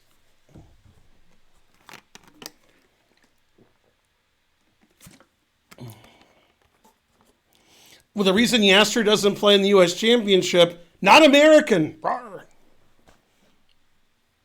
Man, if those people on YouTube who love Yasser, if they ever found out he was born in Syria, they would turn on him like, that son. Yeah. Well, let's see. She had to leave West Philly. That's right. And move to a house in Bel Air. No longer American. Yeah, that's funny. And so forth. Sounds like Al Qaeda. Yeah. Is this winning without the push to E5? Yes. You could just not push E5 and make any other move and you win. Like King F6. That's right. Bobby Fischer, not American. Rawr, nobody's American. Man, they were mad in the chat. All American players, not American. Nobody said I wasn't American, but they'll say it soon. So, I did live in Belgium for 4 years, so I guess I'm not American. I'm Belgian. Bel Air, definitely not American. That's right. Man, I hope they never find out where Yasser was born. Yeah, Yasser told me he's always randomly checked because his passport says he was born in Syria. His wife, who's a Dutch woman, is never randomly selected. Hard to understand. Huh. She's always like, see you at home. I did win Best Belgian. That's right. Go Belgium. Yeah. I'm Austrian. Well, his mom's Japanese. Yeah. And very suspicious discussion of Nakamura's heritage. None of those things you said was correct. Soviet Georgia. That's right. I lived in Belgium. What? All right. Anyway, the truth hurts. Nobody's American. The U.S. Championship is canceled. Let's see. Did I look at your game yet? Oh, yeah, that's right. Yeah, hopefully you donate more than $20 after that game. Let's see. What happened? Karpov, Kasparov. Nobody's American. Let's see. I mean, Kasparov had an apartment in New York, so is he American? No. I mean, my apartment in Belgium was a pied-à-terre, so I was American technically. Game analysis request from Kif. Once upon a time, he was falling in love. Now he's only falling apart. So it's a 5-minute game. And White had a big upset. He beat a much higher rated player. So this says White's 1600 and Black's 2000, but that it was played on lead chess. If you're 1600 on lead chess, do you know how to castle or even move the pieces legally? That's right. Kamsky is a legend, so... That's right. You're from New Mexico, so you need a passport from that Mexico. That's right. One of the Mexicos. I'm not sure where Kasparov lives. He had an apartment in New York. I don't know if he's still there. Maybe. Do you speak Flemish? I mean, do I have a lot of phlegm when I speak? Ik ben. De koetsier puts de postkoets. I speak a little Flemish, but not much. I'm from Ireland. Although you spelled Ireland wrong, so I don't know. Yes, sir. Yeah. The TSA, they don't like yes, sir. They're like, what do you... When's the last time you were in Syria? He gets asked that question a lot. And he's like, when I was 1 month old. And they were like, go in that room and sit there for a year and let us think about it. Yeah. That's right. Yasser's the nicest terrorist there is. You're 1583 on lead chess and 900 on chess.com. God damn. Wow. When I went to the UAE with Aviv, he's very worried because he had an American passport. He's an American citizen, but it says born in Israel. So, yeah, he was getting worried over there. Yeah, then he listened to Bruce Springsteen's greatest hits, like Born in Israel. So then it all worked out. All right, Kif is White, and he won a big upset. Big upset. Now, Black is 2,000, but that's 2,000 on lead chess. So I don't know what that translates to. I don't know if we have numbers that low. All right, H3 is not the best move. Not the worst move.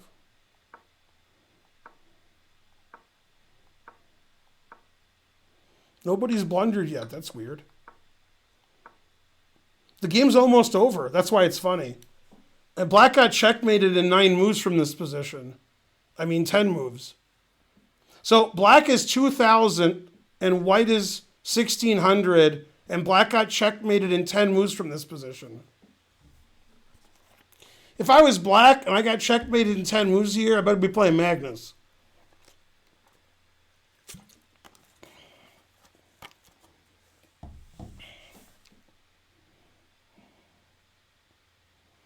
Go Zap Brannigan. That's correct. Okay, so that's fine. Knight b8's okay. Not terrible. c4 is not strategically very good. d4 would be good. Yeah, that's a good move. Yeah, now this makes b5 look like it makes sense. f5, very aggressive. Queen c3 is weird. Bishop f6 is okay. d4 is okay. e4 is good. So Black got checkmated in 6 moves here. Black has a better position, and Black is 400 points higher rated. I see the move that's checkmate. I can see it written. I don't think it's possible that that move is checkmate. I'm trying to see if Black checkmated himself on purpose, how I could achieve that position with that move being mate, and I can't. So let's find out. Knight g5, all right. All right, rook e8 is a bad move. The knight wants to go here because everybody said so, so you should take it, and then you can trap the bishop on g5 with ideas like rook f5, queen f5. And the engine says Black is much better here. Yeah, it's just bad position for White. The bishop is alone, and king is no good. I mean, knight e6 is annoying, so you can't allow knight e6. But he did. All right. Okay, c5 is a very strange move. CB5 is a good move. Yeah, now white's already winning because rook e8 is such a bad move, and so is c5. Okay, and this is just winning for white. Man, now white's threatening here. God damn, he said god damn. That's annoying. So black is rated over 2,000 on Lee Chess, and he played here, hanging mate in 1. All right. At least he's set up for the next game when he played knight b8, so he doesn't have to do too much more work to set up his pieces. Now, black is lost here, but this queen takes b5 seems a little tragic. Yeah. All right, so black didn't play very well that game, and white telegraphed that he wanted to play knight e6.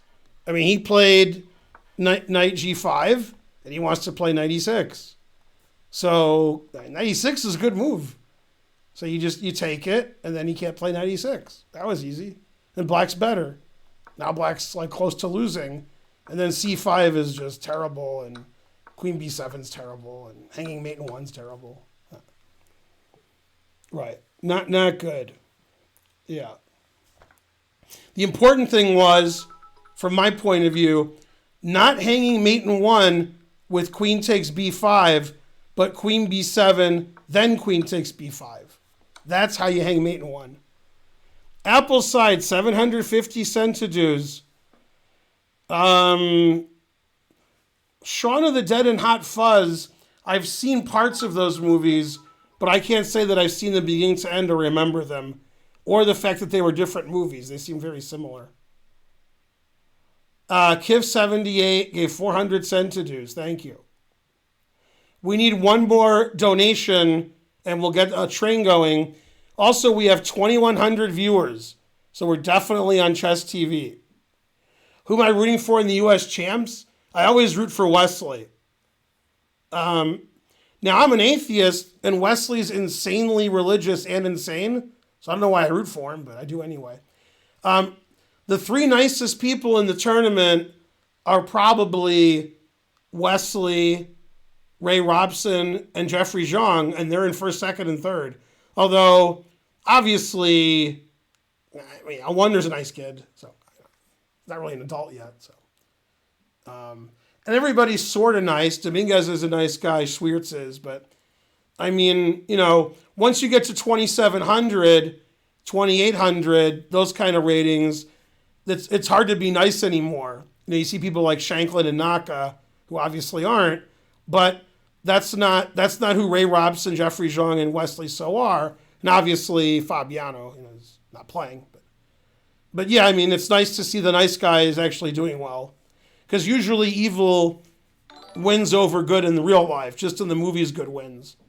So you always see, the people that you don't like are winning all the chess tournaments, and the people that you do like are failing miserably. Nice guys finish last. But I mean, Ray Robson, nicest guy ever. Jeffrey Zhang, nicest guy ever. Wesley So, nicest guy ever. And they're winning all their games. So that's good for me because those are my guys. So that's good. Obviously, if Fabi was playing, I'd be rooting for him too. He's a nice guy. A lot of nice guys in chess, and some guys aren't as nice. Like if I was playing, I would be rooting against myself because I'm not a nice guy. I'd be like, boo. I'd be like, oh wait, that's me. Terrible. All right, let's see what's going on here. Bradford61 gave 5 subs. How is he insane? Who's insane? I don't even remember who's insane. Who was I talking about? Thanks, Bradford. 100 centidues from Tasker48. 100 centidues from Laszlo Damas. And 100 centidues from Tyler P1K. Laszlo Damas, you didn't predict that Arnold Schwarzenegger would have heart surgery, so I don't know. Yeah. That wasn't part of your prediction. All right. Yeah. Svidler, nice guy, loses a lot now. That's right. Yeah. Yeah, Jeffrey's been pretty good for a long time. That's right. Shanklin says he's the best player if you factor out talent. That's a good joke, I guess. Oh, why is Wesley insane? Oh, I mean, he's like, religious cult and has 2 families and, he's obviously insane. Yeah. But I mean, Wesley's the nicest guy ever and the best teammate. Yeah. Go Wesley. Yeah. Yeah. Wesley's like, I want to thank Jesus. Now, obviously, I'm anti-religious, but I have the same question. Every time a football player, or Wesley So, I can't think of any other chess players who do this, or somebody who wins an Academy Award says they want to thank God and Jesus, are they insinuating that God and Jesus or Jesus exist and they want them to win? Wesley means that Jesus wants him to win and not like Jeffrey Zhang? All right. Jesus wants the Patriots to win? I mean, not anymore, obviously.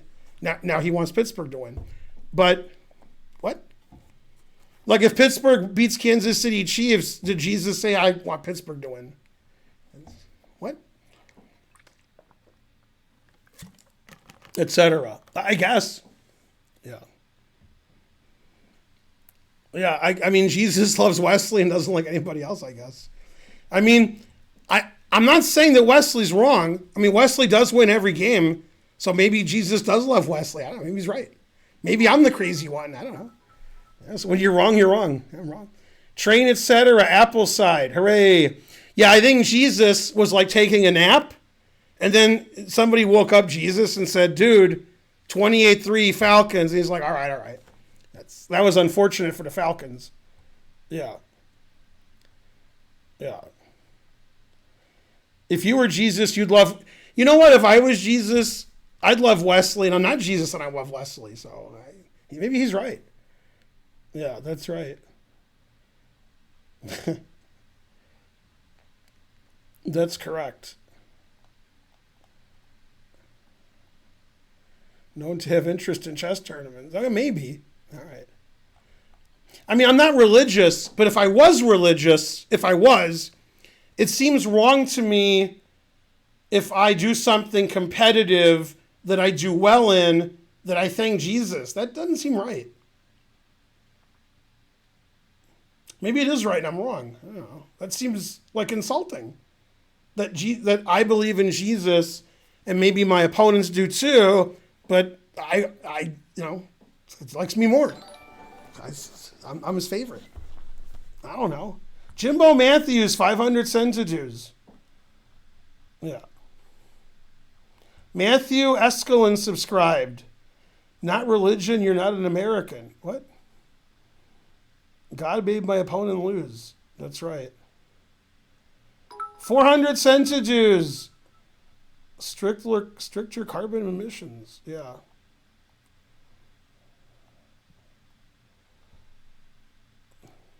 Six subs, 2,250 bits. No, Wesley doesn't talk about his religion just randomly. However, it's over 100% if Wesley wins this tournament. Make sure you watch the interview afterwards. He'll say Jesus this and Jesus that. During the tournament, he won't say very much about it because he doesn't want to jinx it. What if Jesus is hooking him up and then Jesus is like, dude, you keep thanking me, just lay low. And then, he could lose like 5 games in a row and be like, damn, I did it too early. So he waits till the tournament's over, then he thanks Jesus. You found Wesley So's Facebook and he's crazy? Probably, if you found Wesley So's Facebook, it's not his Facebook. It's probably fake. Probably. It could be Wesley So, but Wesley So's not on the internet very much. He's not on like Twitter and Facebook, so it's probably not his. Yeah, maybe. Yeah. Yeah, whenever he loses, he never says anything negative about Jesus. Never. But if he wins, he's like, oh, Jesus is why I won. Now, if he's probably going to win the tournament, so when he does, make sure you watch the interview at the end where he's, like, hook me up. And there's a Family Guy where somebody praises Jesus, one of the main characters. Then they show heaven, and Jesus is trying to explain to the guy that it wasn't me, it was, Vishnu or something. And the guy's like, no, that's okay, I'm used to it. So is married. I don't know about that. Yeah. Exactly. Yeah, I don't believe it. If Wesley won a tournament, he thanked Jesus. I don't believe that. I don't believe that he didn't. Can you just play a lot? Oh, can you just play LOL? I've never heard of the game LOL, but I don't mind learning it.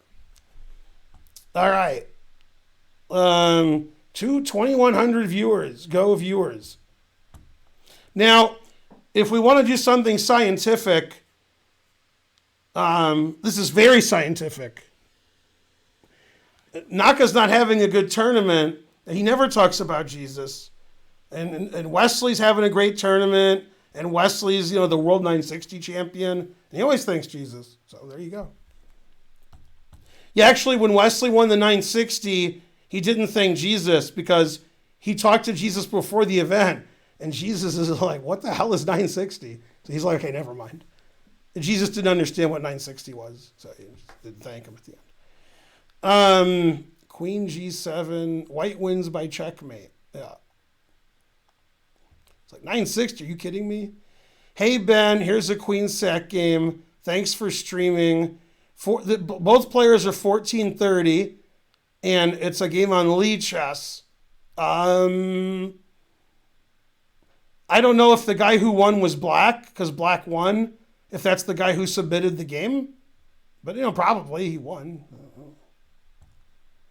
Time control says 1800.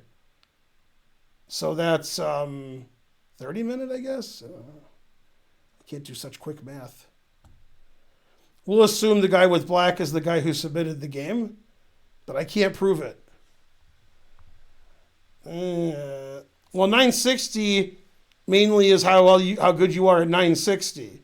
It's not chess, so no. That might speed up the process. Praying with the wrong motives. Man, I need the right motives. Damn. Noah's Ark is scientific. I got to tell you a funny story about Noah's Ark.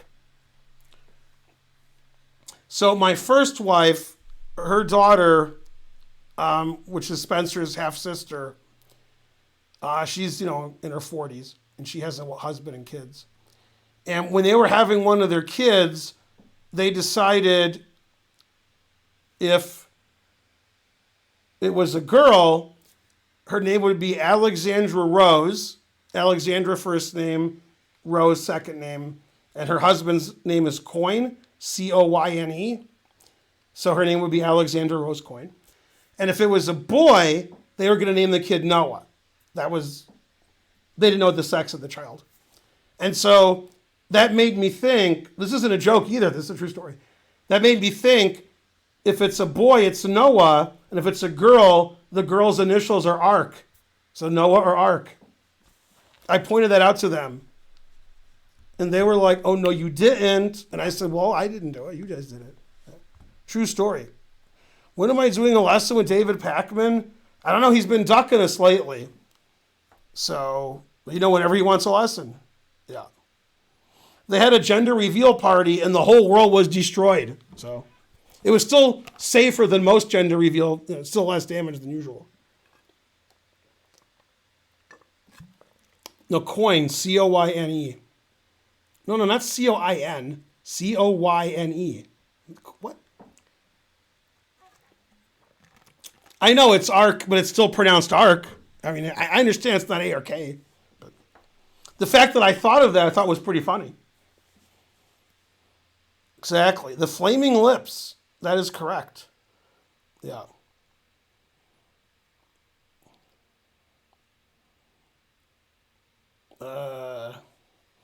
That's right. Most of them just burned down a forest. Okay, so Black said this game is the greatest, so let's see if he's right. What? That hangs this pawn.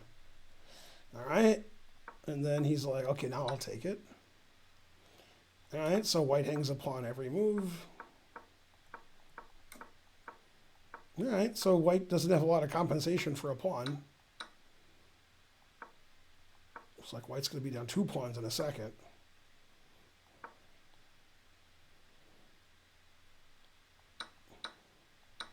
All right, yeah, bishop f4 wasn't good. That's lost another pawn. Wow, always sack the exchange.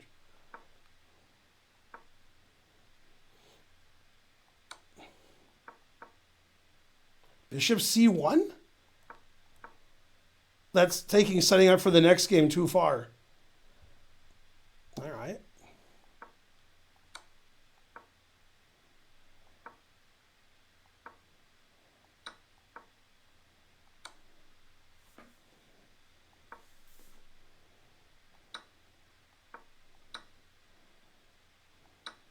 The guy who submitted the game said there was a queen sacrifice this game. I guess there's going to be some back rank queen sacrifice. There it is. There it is. I mean, that was just unnecessary. What he could have done is taken this. And then, you know what's funny about this? Is the engine says this is the best move. It says this is the best white can do. It's not too good. So instead of taking a bishop for free and being up pieces ad infinitum, he gave his queen away. And then he hung mate and won. And white didn't take the rook. Okay. Rook takes bishop, just wins. I'm betting he would not have submitted the game to me if his opponent had played queen takes rook mate. Then maybe the game wouldn't be submitted. Well, there we go. A queen sacrifice leading to mate for both sides. Hopefully Manmoth's not here. Let's see. So this is on Lee Chess. The players are both over 1,400. God damn. Yeah, rook f8 check wasn't good, hanging mate and won. But he had his opponent psyched out. A great queen sacrifice, except for one thing. Someone do a wellness check on Manmoth. Yeah. That was an interesting game where both sides tried to lose, but white ended up on top. All right. See, because of the queen sacrifice and the checkmates that weren't played, you guys forgot that on move 3, white hung a center pawn. You forgot about that. That doesn't seem to matter anymore. Yeah.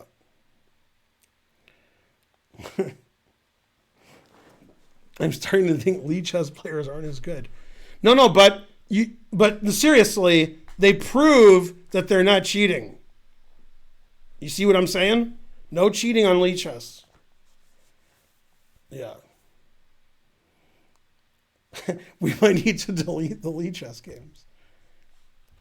See, the thing is, it's very important that when you have mate and won and you can take a queen and so forth, that you do it. And if you don't, if both sides miss hanging queens, sacrifice their queen unsoundly, miss checkmates, hang material, that the other stuff isn't very important. Like everything else doesn't matter. Things that would decide the result of a game if, like, Kramnik was playing Carlsen, where somebody's making some strategical error or missing something and getting a worse position, that doesn't matter in these games. What matters is when you have mate and won, you play it. When you have a free queen, you take it. And you don't hang mate and won and don't give away free queens. And if somehow you can do that, I guess you can be a grandmaster of Lee Chess. Maybe that's what they meant on Reddit. Maybe they meant like 2,700 on Lee Chess. Yeah. Yeah, and I got a text from Tigran, and he said he was beating these guys when they Lee Chess in their diapers. God damn. Yeah. Hey, Siri. Hey Siri, wake up. What's the World I can't do that. What's the World Series Dodgers, etc. plus tax? Dodgers are trailing the Rays 1-0 in the top of the fifth inning. In the top of the fifth inning? Is that what you said? One hit for the Dodgers through 5. Got to get more than one hit or you'll lose. Game 7, here we come. Yeah. Magnus 5,500 on Lee Chess. God damn. 2,200 viewers a do. All right. Don't forget about trains and donating and stuff. I wanted to share this game because it was a queen sack. All right. Probably the mate in one. Okay, it's Perrier rep. Names changed to protect the innocent. He put Perrier rep versus Evian rep. That's good. Perrier c'est fou. Vitel c'est cavalier. Now it's Evian c'est cavalier. C'est pas bon pour noir. All right. So go Perrier rep. Yay, it's Perrier. Hooray. Let's see. Rooting for Kershaw. You could win with no hits. No hits needed to win. There's something like 9 ways to get on base without getting a hit. I think it's 9. But I don't know. I used to know what it was and I forgot. I Am Rosen is giving 6 subs. And the reason is I keep dissing Lead Chess, which is where he plays. Go, I Am Rosen. Yay. I Am Rosen's the best. He's the best I Am in his chair. Man, I was confused. I Am Rosen was on the secret illegal call with Danny and such. And during the call, one of the secrets we're not supposed to tell on the stream is that Danny and I Am Rosen are about the same strength. What? What's Danny talking about? I almost interrupted the call and said, like, wait a minute, what? I Am Rosen spot you queen. But instead I sat there and took it. Yeah, I don't understand that. Yeah. That just seems like he's intentionally giving us false information, so we don't know, who's cheating or not. Life is confusing. That is correct. Yeah, Rosen give Danny Wrench 5-1 and a queen. No, but this is serious. Serious. Would anybody on earth in an even match, 3 minute, 5 minute, 1 minute, I don't care, bet on Danny against Rosen? Would anybody do that? Who would bet on Danny? I'm not saying Rosen's better than Danny. I'm saying he's much better. What? Man, we lost a lot of subscribers. Terrible. We lost like 200 subscribers. Yeah, who would bet on Danny Wrench against Eric Rosen in a match? What? Are you kidding me? That's right. Yeah, right. If Eric spotted him a rook, then I bet on Danny. But, maybe. Danny Wrench fans are mad. All 0 of them. Let me explain how fans work. Okay? There's Hitler. He has this many fans. Okay? And then there's the WNBA. And then there's Danny Wrench. God damn, that was a good joke. And I'm going to get in trouble for it. But it's a really good joke. Yeah, exactly. Why would I get in trouble for such a great joke? Right? Back me up. Yeah, exactly. Exactly. You guys think that's great. Now on Reddit and Twitch and, the Anti-Defamation League, I'll get in trouble. I don't know. Yeah, exactly. Yeah. How did Mao and Stalin and Lenin do? They're between the WNBA and Danny. Worth it. That's right. Slightly over the line. I'm on Ben's side. Etc.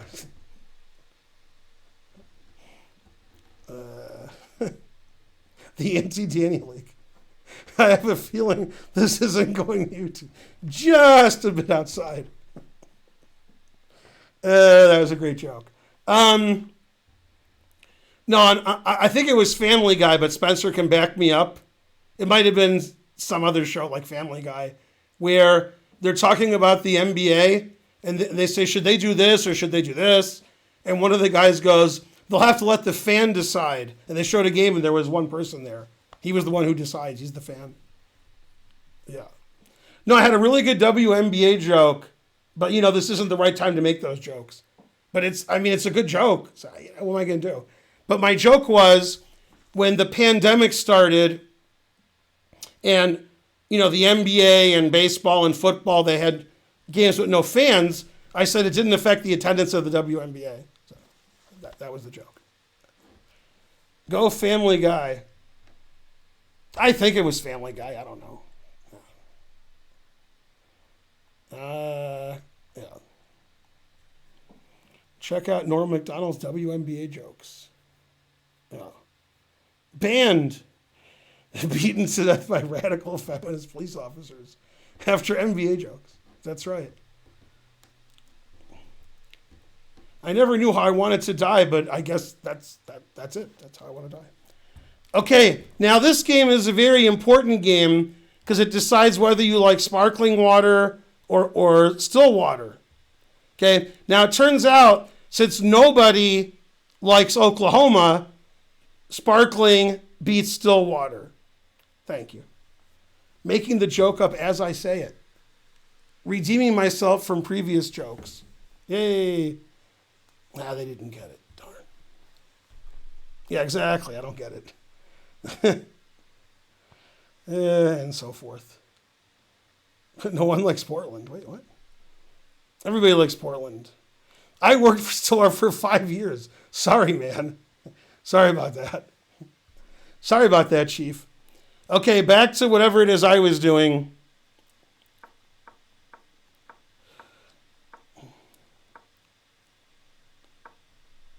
Wait, what's happening here? A6, C6.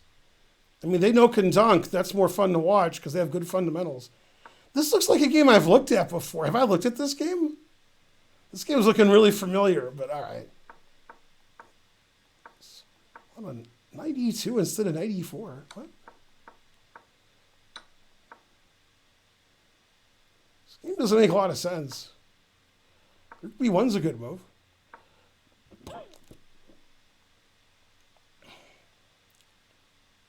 It's funny, the engine plays knight c3 instead of queen a2. I mean, white's completely winning, so it doesn't really matter.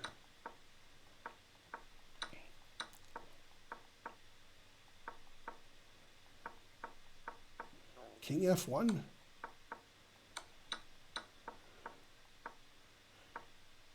I did look at this game. We looked at this game before because he didn't take this, and then he sacked here and he won somehow.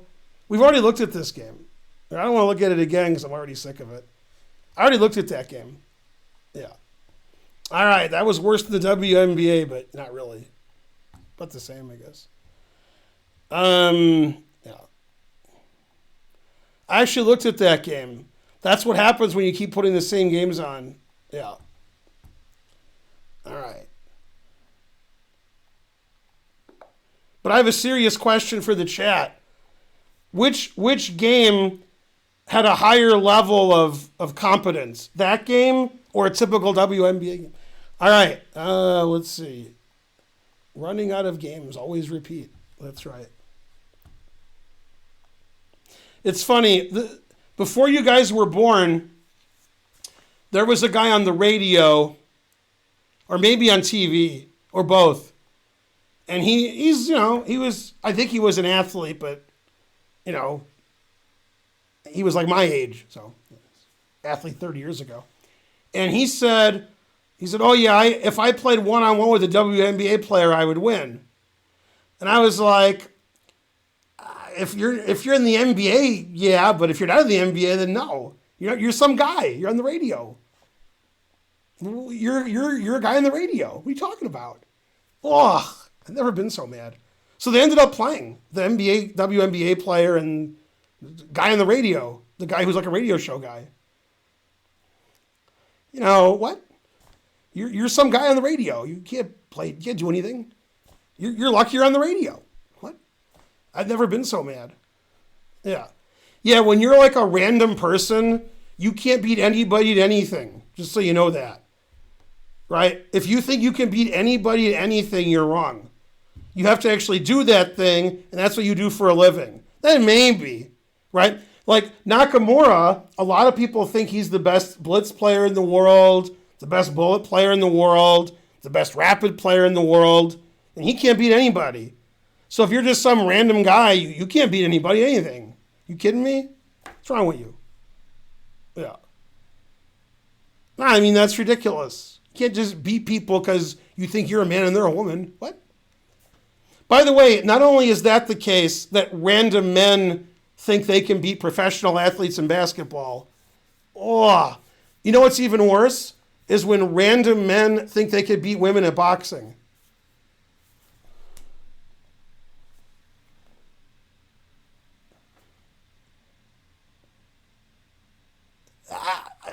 I can't even finish the stream. I'm so mad. If there's a woman and all she does is boxing and all you do is watch TV and eat hot dogs, you're going to get knocked unconscious. That's you. Now, if there was a hot dog eating contest, okay, then I would bet on a random guy against a female boxer. But not boxing. What? God damn. You could punch that woman in the face as hard as you can, and then she would smile at you, and then you'd run away. You'd be like, well, that's all I got. And then you run away and get some hot dogs and go sit in the stands. You can't fight people who all they do is fight. You hit them and they're just like, whatever, I get hit all the time. You don't get hit all the time. You eat hot dogs all the time. So you're in the different, you can't do that. Terrible. Yeah. Man, even in the hot dog eating contest, you get unconscious. God damn. Yeah, if you're a random guy sitting at home wondering, should I drink iced tea or Perrier? I think I'll play poker with a woman who plays poker 15 hours a day for the last 30 years. You better get some more Perrier. Like, what are you talking about? God damn. Yeah. I've never been so mad. Yeah. Well, here's what you have to understand. If somebody does something and then you don't do that thing, you can't beat them at that thing. That's not what happens. What happens is they beat you at that thing. That's what happens. Like you don't do it and they do it. So that means you're no good and they're good. It's like Ted Danson and George Costanza. He's good and you're not. I think I'm better than him. No, you're much, much worse. See, that's what they explained to George. Yeah. Exactly. Man, I play chess, my brother doesn't. And I still lose to him. God damn. Yeah, I play poker. Yeah. Right? Can barely make it up the stairs, but somehow I think I'm a man so I can beat people and stuff. You can't beat him at anything. 1 cent to do. Yeah. Exactly. Is it hard to go from IM to GM? If only Eric Rosen was here so I could rib him a little. Yeah. Yeah.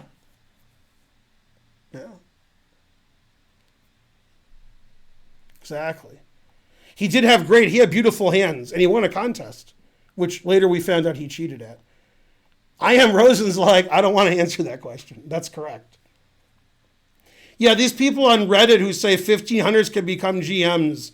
I mean, John Bartholomew and Eric Rosen should have been GMs 30 years ago, and they can't become GMs. How's some random 1500 become a GM? Because he tries hard? Well, what about Eric Rosen? What about John Bartholomew? Rawr, I'm mad. Eric Rosen beat Magnus Carlsen every game they ever played. He's still not a GM. God damn. It's easier for Eric Rosen to beat Magnus Carlsen than become a GM. Think about that for a second. Then compare your life to his and then cry. Exactly. Something. Yeah. 1,961 viewers a do. Also, how does Eric Rosen always beat Magnus Carlsen? What's going on around here? Damn. Beating Magnus Carlsen every day. Crying soothes the pain. That's right. Still don't understand how Eric always beats Magnus Carlsen. JAA donated $9.99. Thank you. Yeah. As far as I know, Eric has beaten Magnus twice, but Eric will explain.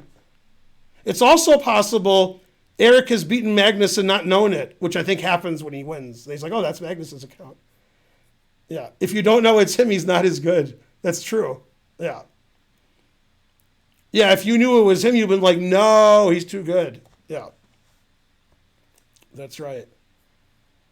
Plays the Stafford Gambit. That's probably one reason. Yeah. Okay, so in this position, here's my game with Eric Rosen. Oh, wait a minute. We're not looking at that. Yeah. Eric is great. It's true. I can't argue with that. Okay, I'm deleting a lot of stuff on whatever I'm doing.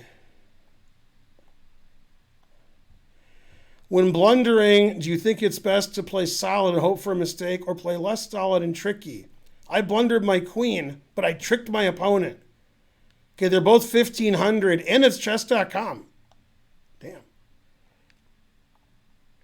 All right. It's from John John. His name was so good, he said it twice. And this is a 10-minute game. Both players 1,500. Yeah.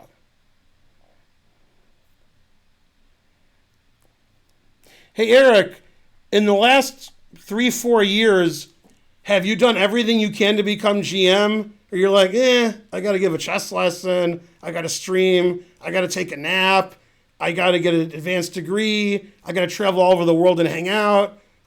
Or do you like, I got to become GM? No, it's the only thing I care about. I don't really know the answer to that.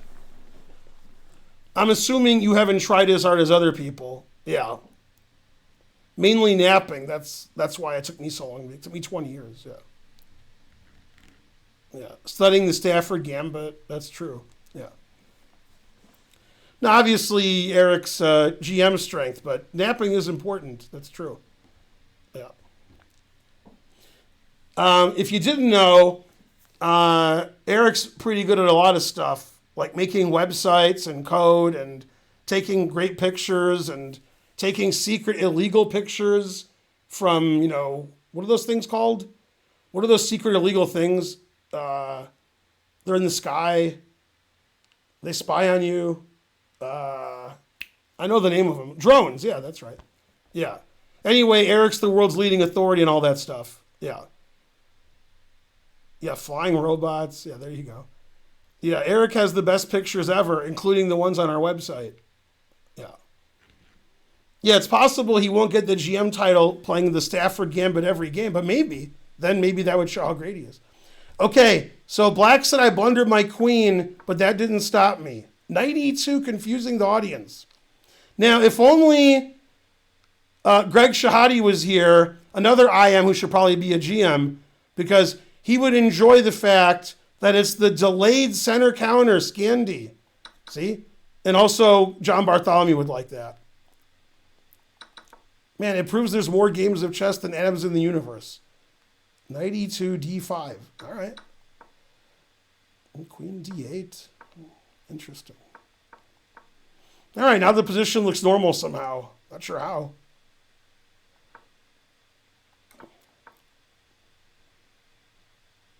It's funny, if Eric just showed up on the stream now and I say how'd this position happen, that would be the last move order he would predict was the actual move order. He would predict any other move order. Yeah. Well, let's see. Go, I am Rosen, but stay there. Yeah. Eric would beat Magnus with the Stafford Gambit, as long as he didn't know. See, that was the problem. Magnus would have beaten Eric, but Magnus knew it was Eric. So Magnus was scared. But if Magnus was just like, some I am, then he probably would have won. But the fact that you didn't know it was Magnus and he knew it was you, you're going to win every time. Yeah. Exactly. Okay, so h6, king h2. Okay, random legal moves. f3. What? Now, when white played f3, I was just thinking, what was he thinking? But I know what he was thinking because I see his next move. All right, he wanted to go here and defend his knight some more. All right. Man, f3. God damn. Knight d4 is legal. Knight e4 is legal. Bishop b6 is legal. These moves are all legal. I can't argue with the legality of these moves. These guys aren't as bad as they play. C takes. All right. B5. Wow. A move I would never, ever, ever consider, think of, or play. I mean, black should play knight d5 every move the last 10 moves, and then play f5 and then shake hands. But, all right. b5. Wow, what a move. Bishop d7, also a bit passive. How did black blunder his queen? I'm waiting for black to blunder his queen. Oh, I didn't have to wait long. Bam! Now remember, black won. Remember that. All right, then he took the queen. Yeah, and we talk about this a lot when I give chess lessons, how pieces are lined up, and you have to notice that. Adam Wallace subscribed. Adam, where you been? Although I know where you've been, but yeah. It's Adam Wallace, 33 months. He's never here, but he's always here. Yeah. Actually, Eric and I will talk random chess stories on top of each other. So you're like, what? What are they saying? Busy working and playing. Go, Adam. Now, Adam, I want you to feel better about yourself. I'm going to tell you two things. You ready? The first thing I'm going to tell you is black hung his queen and white took it. And then I'll tell you that black won the game anyway. So there you go. All right. So he's down a queen. That's not good. Let's see with what blunder white makes. So far he hasn't blundered yet.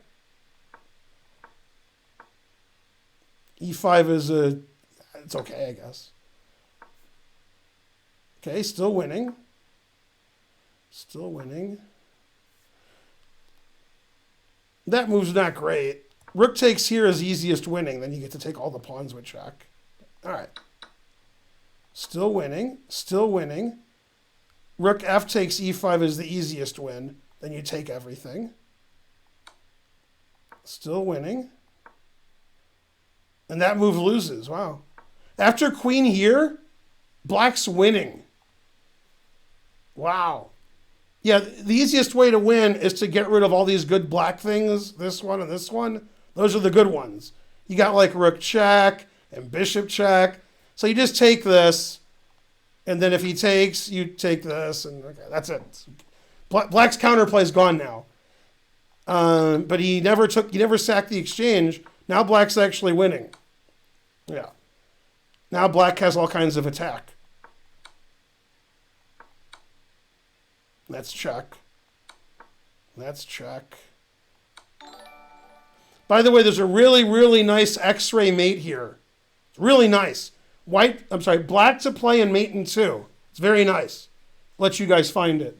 Emperor of Ice Cream gifted a sub.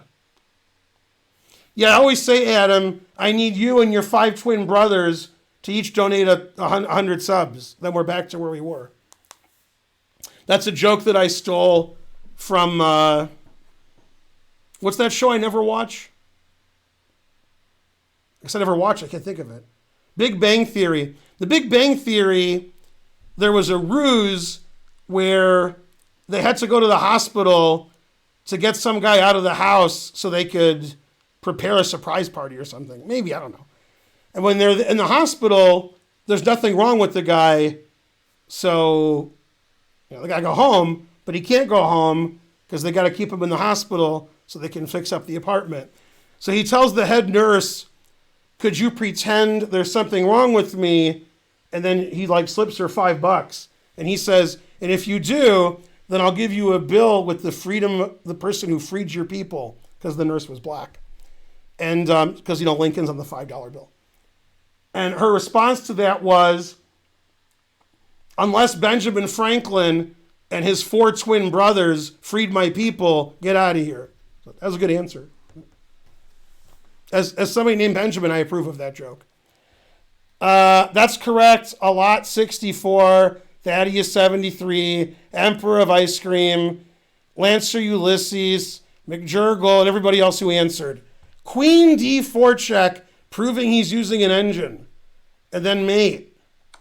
That would have been the greatest finish of all. That would have been the greatest finish since the movie Deep Throat. And I'm on Chess TV. So, all right. Anyway, black played the normal rook takes. And then, okay, white had no pieces left. So white resigned. All right. Anybody? Anyone? I don't get it? Good. My viewers are shooting up. Shooting up. Hopefully they don't get that. Chat's favorite are Yasser, Eric, WNBA, David Backlund. God damn. 2,400 viewers to do. Can we play you now? That's a good question. Okay, we have 1,962 subscribers. We're waiting for some random person to donate 138 subs, which seems unlikely. Let's see. Never do anything. 2,400, 420. Ben was referring to Watergate. That is correct. Yeah. And Kangaroo should approve because Nixon's one of the best characters on Futurama. All right, that was a good game. He hung his queen, but he didn't care. That's what I do. Yeah. 30-minute timed. I was white. Got overconfident. 900 rated. Please shame me. Okay. I was white. He doesn't say what his opponent's rating is. I assume he's 900 rated, but maybe his opponent's the 900 rated. I don't know. What do I know? Okay, and then Cheesy Driver is white. I guess. Yeah. Cheesy Driver and then opponent. All right. He says he got overconfident. 2020 Energizer. 138 centidues from Not Most People. Thank you. Yeah. Nixon's one of the best characters on Futurama for sure. One of the best. Do I know who won the 2003 NBA Finals? 2003? This is 2020.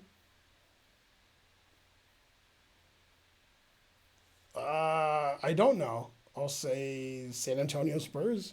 Gotta say something. Gotta say some answer. Don't know the answer.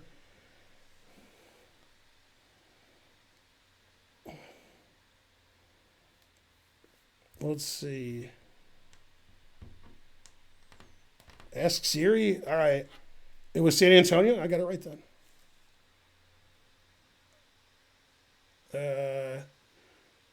What's happening? A brilliant queen said leading to me. Yeah. Hey Siri, who won the 2003 NBA Finals? San Antonio. Yeah, I got it right. Yay. I like when I'm right. Hey Siri, how the Dodgers doing? The Dodgers are losing to the Rays 1-0 in the bottom of the 5th inning in Game 6 of the World Series. But it was the bottom of the 5th inning like an hour ago when I asked. It's always the bottom of the 5th inning? Man.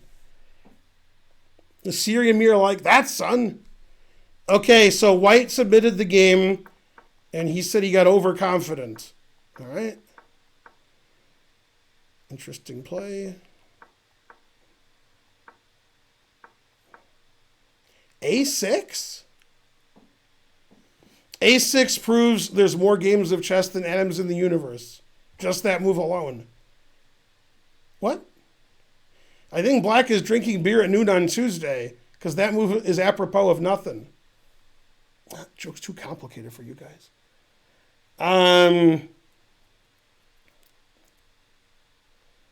Let's see. You love LA. They love it. Yeah. Da-da. No, actually, they were asking Trump who he was rooting for in the World Series because, usually the president throws out a pitch or something. And he said, oh, my favorite team is the Draft Dodgers. And they said, it's the LA Dodgers. And he said, yeah, whatever. Okay, so White didn't take that. Why didn't White take that? It's a pawn. What's happening? White played here? Why didn't he take that? All right.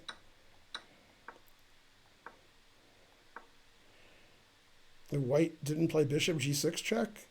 Also, the engine doesn't play bishop g6 check, so I guess I'm wrong. Now the engine plays bishop g6 check, and then some. It plays bishop g6 check twice. God damn. By the way, speaking of playing it twice, if you were watching the U.S. Championship today, there was a very, I don't know if Spencer saw this moment, but go back and watch it, Spence. In round 5, when Wesley beats Sweerts, it should have been a Pierce, but it was a Grunfeld, and at some point, Wesley's queen, Sweerts' queen was on d4, check, and Wesley played bishop e3, and Sweerts played queen g7, and Wesley played bishop h6, queen d4, bishop e3, queen g7, and then Wesley made some other move.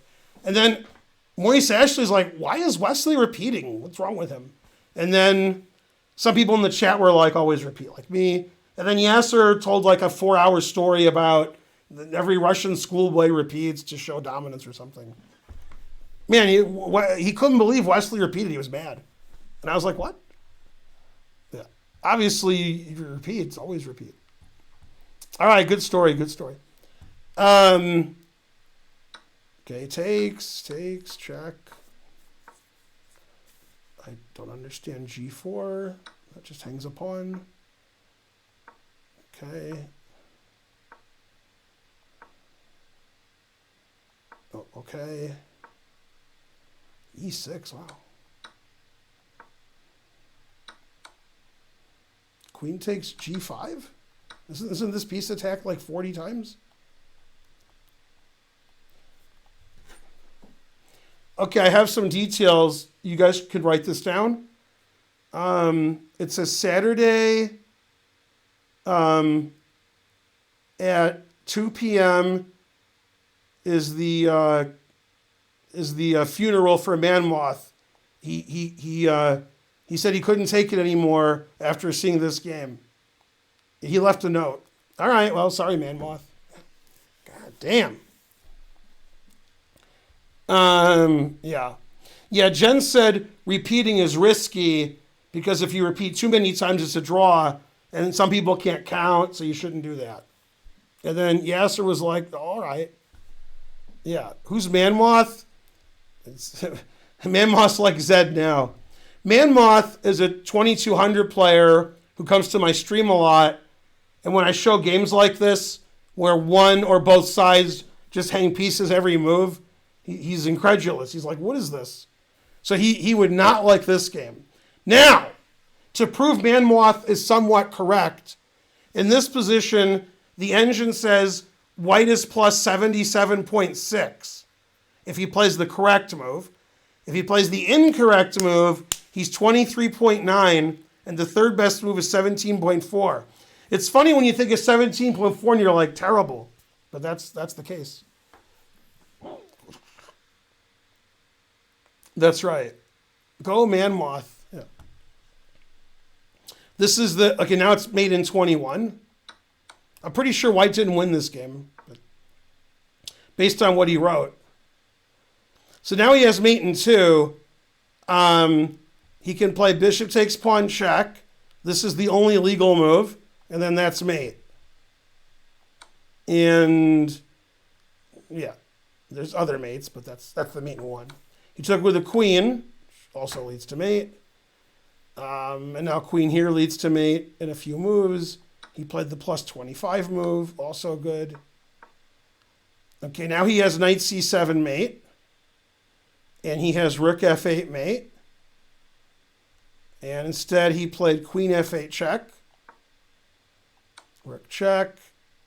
And after king takes knight, white's like better. Because white's queen is hanging, and also there's the back rank stuff going on. This says that white's not winning anymore. Okay, he played rook e7 check, and now he's losing. Now, in my opinion, when Cheesy Driver played rook here, he didn't see king takes knight. And when he played here, he definitely didn't see knight takes rook. Okay, now black's just winning. So that game turned around pretty quickly. Now we can all commiserate with Man Moth.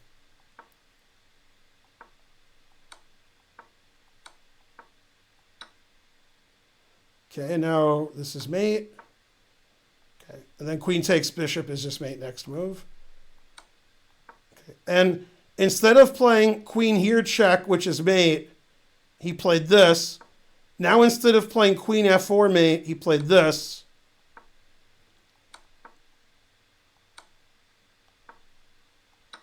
And he took the rook instead of playing rook f2 check, and then queen d4 mate.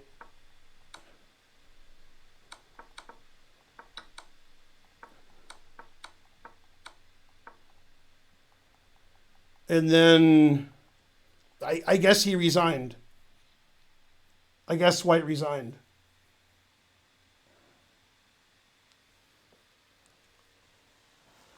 Yeah, I guess I'm jealous of Man Moth. Yeah, Adam, for the last few months, they've incorporated, which is the wrong word, Chess TV and Twitch. There's a word that I should be saying, but I'm not saying it right. There's some word, but I don't know what it is. So if you're watching on Chess TV, you're also watching on Twitch. It used to be that wasn't the case. If you were on chess.com and you clicked Chess TV, you wouldn't be going to Twitch, so those viewers didn't show up. Embedded, yeah. So twice a week, I'm on Chess TV, Tuesday night and Saturday night. Then I get 2,000, 2,500 people. And if I'm not on Chess TV, it's just a regular stream, I'll get like 500. And if I have a weird number, like between 1,000 and 1,500, that means I was on Chess TV, but I'm no longer on. So between 11 and 11:30, it'll be a number in between 500 and 2,500. Yeah. Yeah, embedded is correct. Yeah. So White had a lot of checkmates that game and didn't play them. Then Black had a lot of checkmates and he also didn't play them. And now it's possible that White lost on time here. It's possible. If he resigned based on the play earlier in the game, I would not resign. You can't resign. First of all, if you are going to resign, just play queen h5 check and hope the guy doesn't see this, which seems likely he wouldn't. Then when he moves his king, you're either winning or drawing with White by taking the queen. So that's much better than resigning. I'm not saying he resigned. He might have lost on time. But when both of you are hanging mate and hanging your queen, you can't resign. First of all, you can't resign anyway. But here you definitely can't resign. Yeah. All right. Well, I'm sorry, Man Moth, if you had to watch that. Sorry. Don't forget about trains and giving 100 subs, everybody. Don't forget. If everybody here gave 100 subs, all 2,300 of you, that would be good. I can't do the math, but it would be good. Right? Yeah. Let's see. It would be that $5 million? No. Well, maybe. Is it $6.2 million? Huh. That seems like a lot, so it's probably wrong. 1,000 times 1,000 is 1,000,000. So 2,500 times 2,500 is 6.25 million, right? Isn't it? It has to be. It seems like it's too much.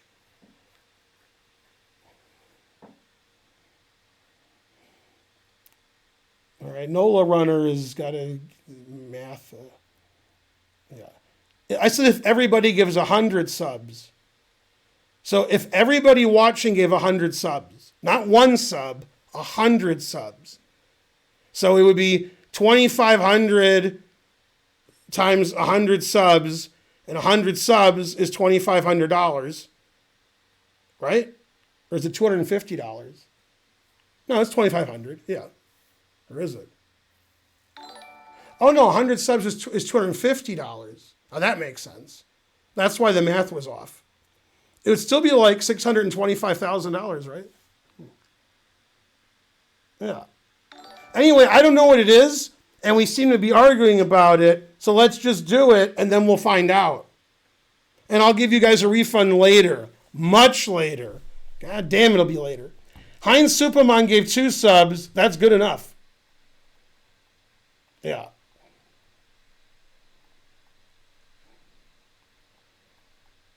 $25 times 25 is $525. No. That's no good. Horrible. Thought it was $625. I hate when that happens. Yeah, I'm still going to go with the $625. How am I doing? $625, yeah. I always thought it was $625. Yeah. The Dodgers are up. No. So if everybody watching gives 100 subs, that would improve things. You know, the games would be better. Mike, come on. Yeah. This is the best channel. That is correct. Yeah. I'll tell you a funny story, and then I'm going to go to the bathroom, and then when I come back, everybody's gone.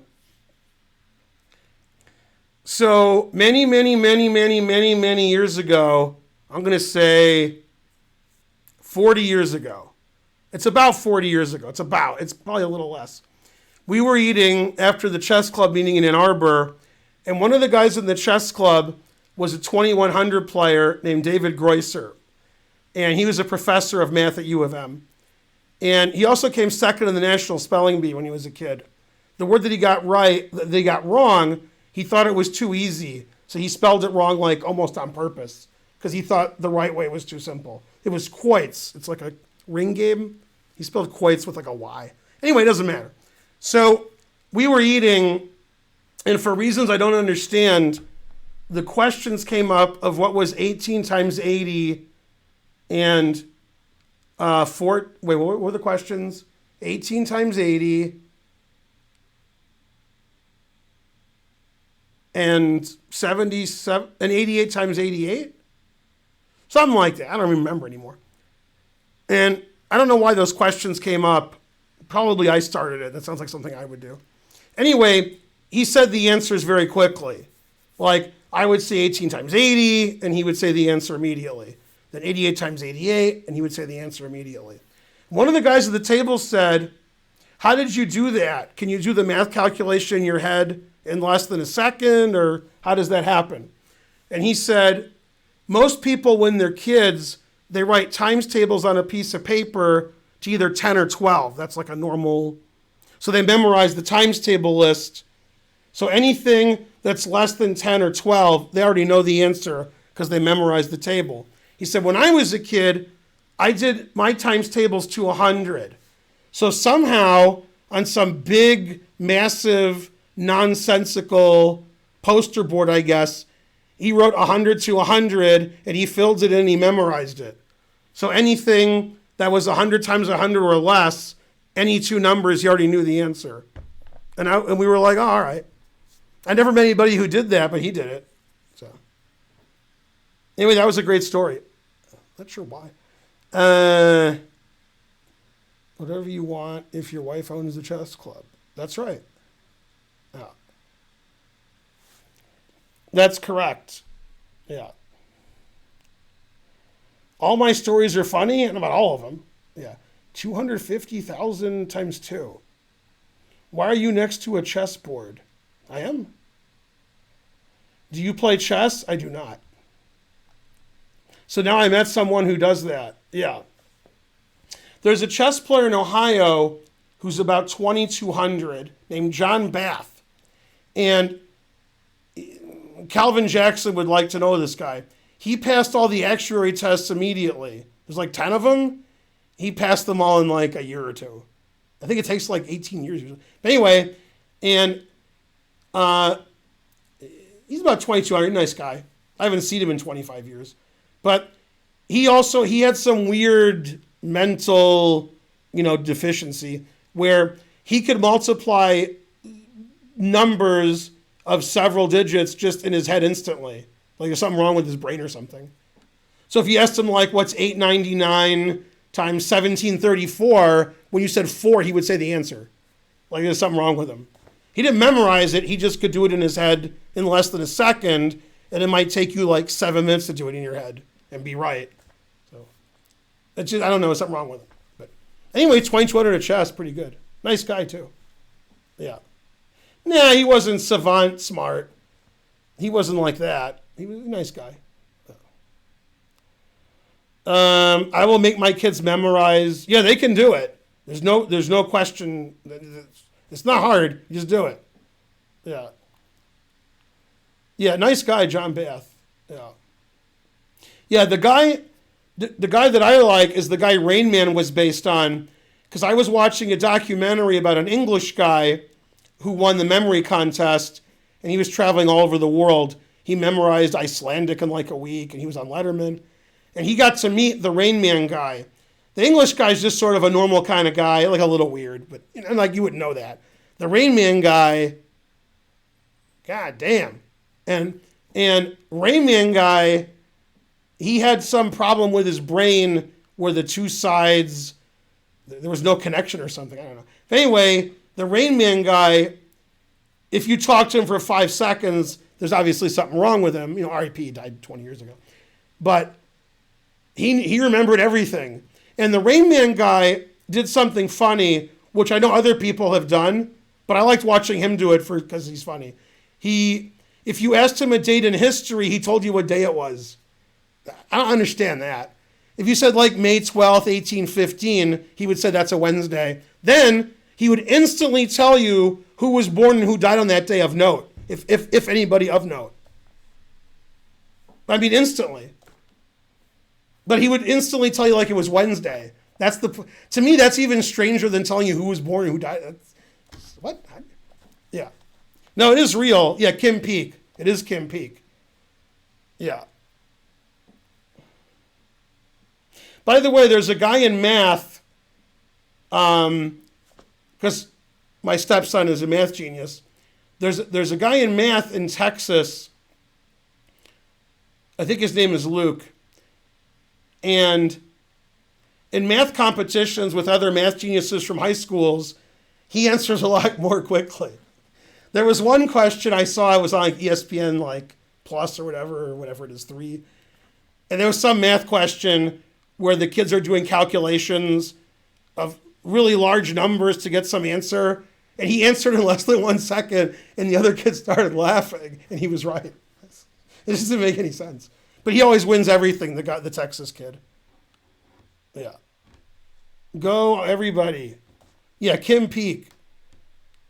Yeah, you know Luke? Yeah, Luke. We saw Luke in at MIT HTTP? Harvard? No. MIT, let's see. HMMP? HMMT? HPPT? Well, what's it called? Somebody hook me up. Yeah, Luke Robitaille, which I thought he was a 9 times 5, 45. Wow. Yeah, I thought he was a hockey player, Luke Robitaille, but it was him. CCCP, that's right. Math tournament. Harvard, so HMMT, Harvard MIT math tournament. Yeah, they have it twice a year. That's right. But he's also HMM, yeah. That's what it's called. It's a different Luke. That's the difference. Yeah. Anyway, that kid always wins everything. So it's just who comes in second. He comes in first, and there's a second. That kid's too good. All right, I'll be back in a minute. I miss you, Perrier, so I'll let you take over. I'll be back with one of your friends.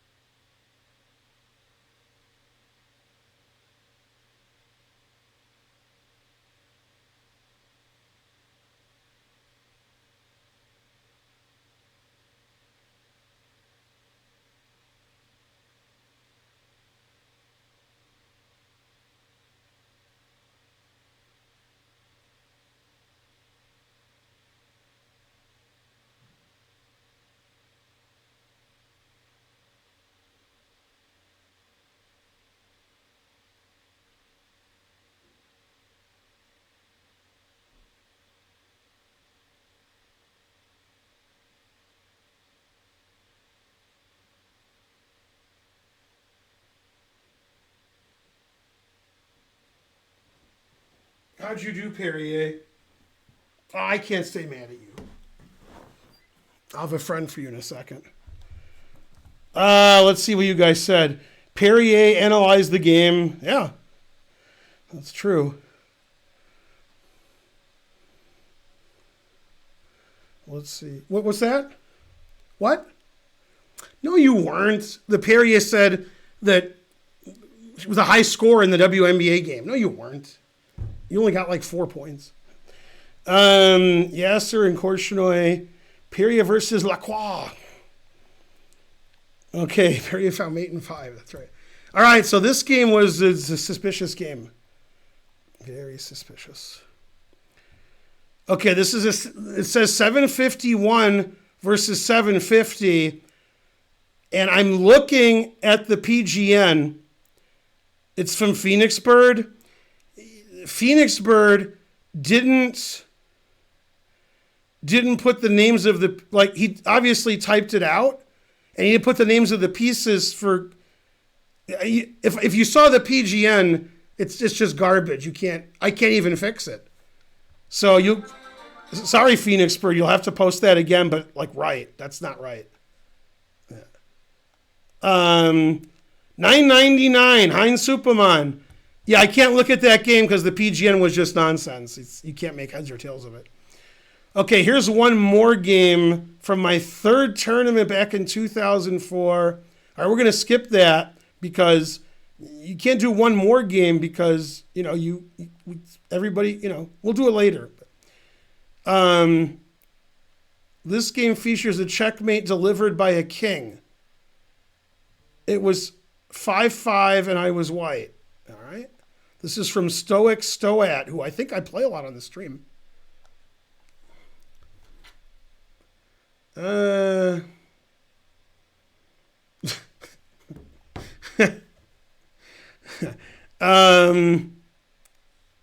so I assume you're white.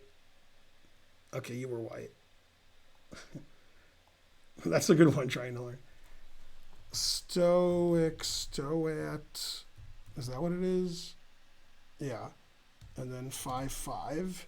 An opponent. Yeah. All right, so that's the time control was 5-5. My favorite time control is 9-9. Yeah, I discovered. Yeah. Everybody gets one. Thanks, Spider-Man. 2,300 viewers a do. Hooray.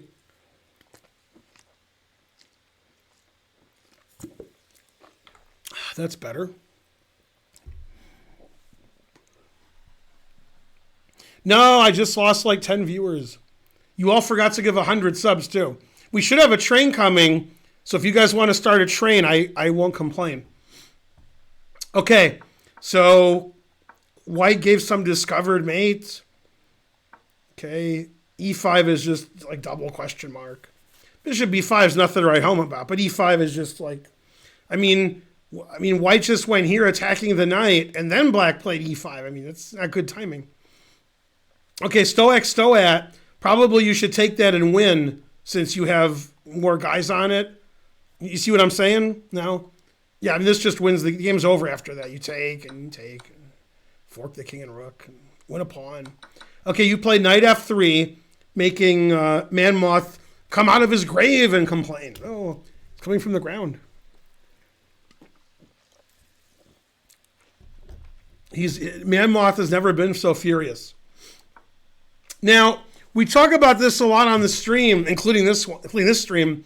The thing that matters in chess for you guys is taking pieces and not giving away pieces and so forth. I mean, like here you played there, so you're attacking this twice and it's defended once. So I mean that just loses that. All right, back to whatever. Obviously, black thought he was going to win this bishop. And then after knight c3, he was disillusioned. Okay. These moves are legal. These moves are legal. All right, bishop d2 is legal. It's funny, it says knight a4 wins, which is funny. Knight a4 attacks the queen. It defends the pawn. But importantly, you want to play c3 attacking the knight. When the knight moves away, this pawn's hanging. And basically, there's nothing black can do about it. So black's already lost here, which is weird. Okay, he played bishop e3. And that's, I mean,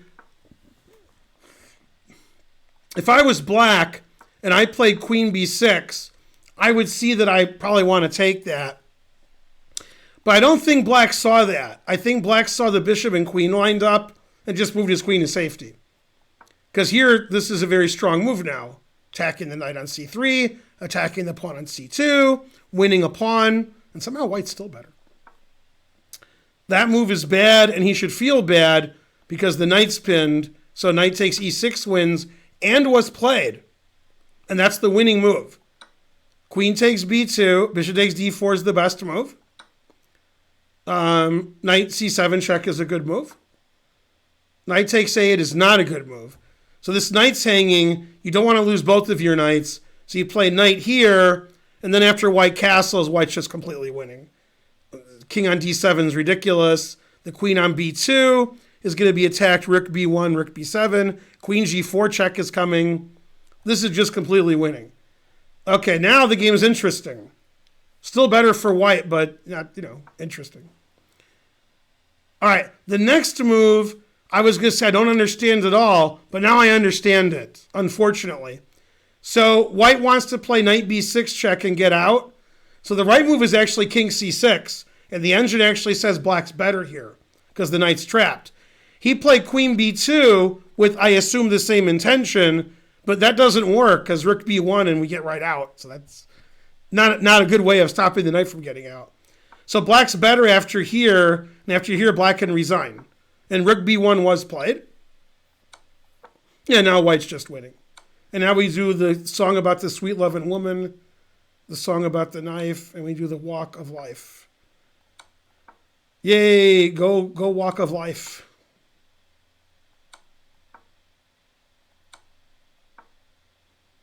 Yep, and then king e2 checkmate because the queen is pinned.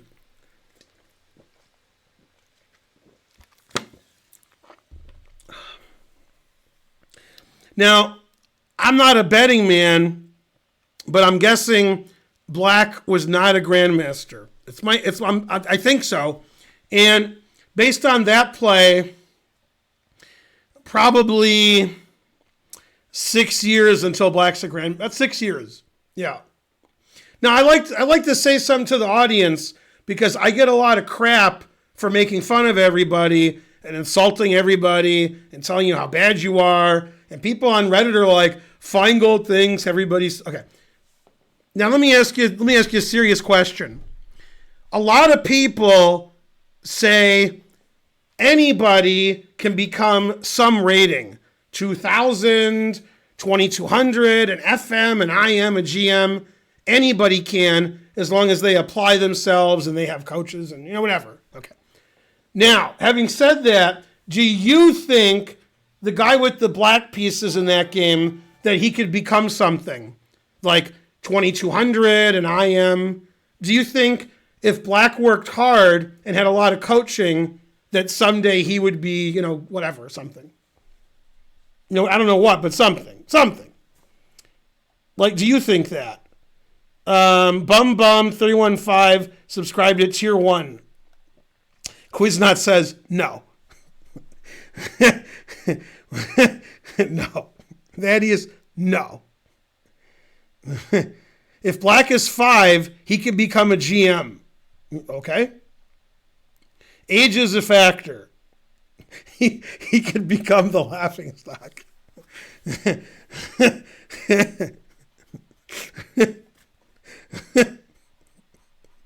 That's a good answer. If he had an engine, sure.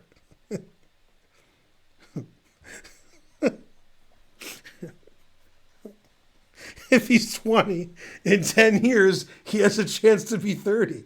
That's true.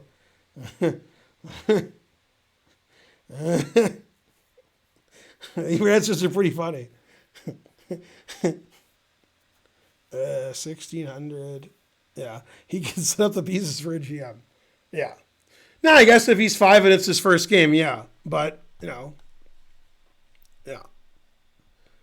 The truth hurts sometimes. All right.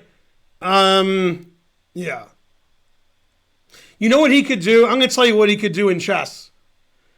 If he plays enough, he could grow up and be one of Morphy's opponents. Because that seemed like Morphy versus, like one of Morphy's opponents. That seemed like that. Yeah. He could beat Wesley So. That's right. Mm-hmm. By the way, they should do that. I'm not even kidding. Well, I guess it would be illegal. Now, there's got to be a place where it's not illegal. They should take a random female boxer. All she does is box. Boxer. And then take a random guy and have him fight and pay it on TV. And the guy makes a lot of money. I guess you couldn't legally do that because the guy wouldn't be able to get a license. There's got to be a way around it. Okay. I guess people would complain and people would be arrested. The guy would be killed. But anyway, the ratings would be good. And then men would learn like, oh, I can't do that. Like, it'll be funny. Yeah. I guess you can't do it because everybody goes to jail and the guy gets killed. All right. I guess it can't. I had an idea, but I can't make it work. There's got to be a way to make that work because everybody would want to see that. Right?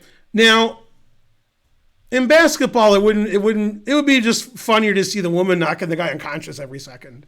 But I guess the fight wouldn't last very long, so it'd be sort of boring. I don't know. I want to make that work somehow. Yeah. A Dutch female kickboxer did that to a male TV presenter. Isn't that illegal for him?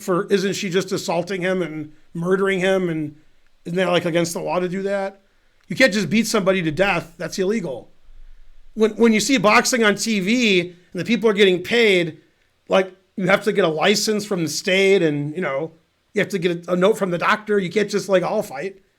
Yeah, you know what I mean. International waters.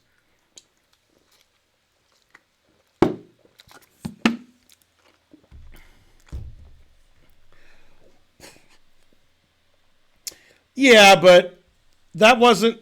Yeah, I did see Butter being beat up. Johnny Knox. I did see that. Yeah. Ronda Rousey beat up 3 regular guys on Japan on a TV show. Yeah, see, that would get good ratings. Yeah.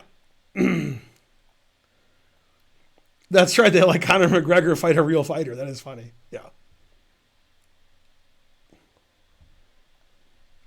I mean, the best thing I can find of that ilk is on Family Guy when Carol Channing beat up Mike Tyson. That's the closest I can get, to something.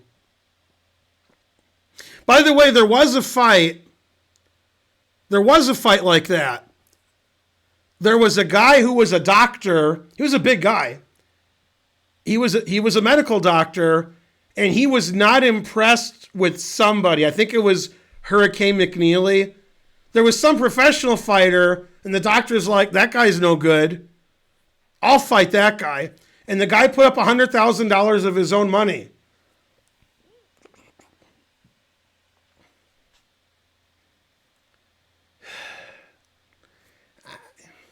How can you become a doctor and be that dumb? You're a doctor. You're not a fighter. It doesn't matter how bad the guy is. That actually happened, like what I'm telling you. Did the doctor win? No. Right. Hurricane McNeely lost in like 1 second to Tyson, and some doctor said, I could beat McNeely. I mean, he could beat him at being a doctor, like, in diagnosing like a medical illness. Okay, but not in fighting. That's like large wager on myself, said Zoidberg. Yeah. Yeah. But it's true. I think it was McNeely, and he fought some guy who put up the money. And then, the fight lasted less than 1 second. The guy was knocked unconscious immediately. I think he might be dead now from that fight. Like he lasted 1 second. Damn, I've never been so mad. Yeah. Yeah, the boxer's like, I can perform surgery, right? No, but the thing is, if you watch a sport and there's somebody who's really bad, you're not better than them. The New York Jets are bad, right? But if you and your friends played football against the New York Jets, then they would cease to be bad. Then you guys would all be dead in the hospital. and they would win 700-0. But on TV, they're bad against other professional teams. But you and your friends, you can't play the New York Jets. Those men are tremendous in stature. What a great Family Guy episode. The London Silly Nannies. Oh, my God. Yeah, that's right. Stayed at Holiday Inn Express. The entire planet was destroyed. Yeah. Right. Yeah. Yay, Carnage Killjoy. Don't be a Killjoy. Subscribe. No, I'm off Chess TV, so I lost 500 viewers. Yeah. I mean, when people do stuff for a living and they're the worst, they're a million times better than you, right? Like, let's say there was a Super GM tournament, and let's say they invited me. And then let's say the other players were Carlsen and, Caruana and Ding, Nepo, and Mamedyarov, and Grishuk. And let's say I got 0. And then you were watching on the internet, and you were like, that Feingold's terrible. I could beat him. Like, you're just some random guy at home. I mean, terrible compared to those guys, but if you're sitting at home, I'm probably a slight favorite. Yeah, $50. That's right. Well, Detroit you could beat, but that's different. That's right. Yeah. Yeah. Yeah, they always do that. Every year they're like, can the best college team beat the worst, professional team? Ridiculous. I think if a high school team played a pro team, the high school team would have no survivors. I think that's what would happen. All right, so that wasn't the best game. Du Bishops, what else? Here's one of my games. I played 97.2. Okay, I'm going to have to report him for cheating. Sorry, guys. Did I look at this game yet? What? This game doesn't make any sense. All right. Why do you send games where the guy hangs everything? All right, we're going to delete that game because you won like 7 pieces in the opening. So, I mean, of course you played 97.2. All right, Two Bishops is very mad at me now. I deleted the game for no reason. Okay, well, Stowat put the game in twice. All right. Get rid of that. Get rid of that. Trying not to learn. Get rid of that. I'm getting rid of a lot of stuff here. I'm doing a good job. I was white. And then a 1650 versus a 16 something. Okay, this is trying not to learn is white, and both players are in the 1600s. Although I'm worried about the PGN. Okay, I worried too much. Okay, so, analysis board is right. Trying not to learn 1, 2, 3 versus opponent 1600. And doesn't say what the time control was. So I don't know what the time control was.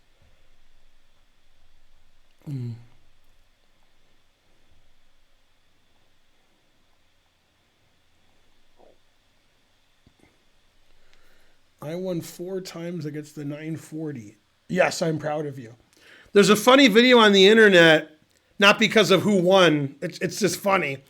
2, I think pretty sure it was Japanese professional soccer players played against 100 kids. It was like 100 versus 2. And it's very funny. The kids are like between like 8 and 13, I think. It's a very funny video. Yeah. 3 guys?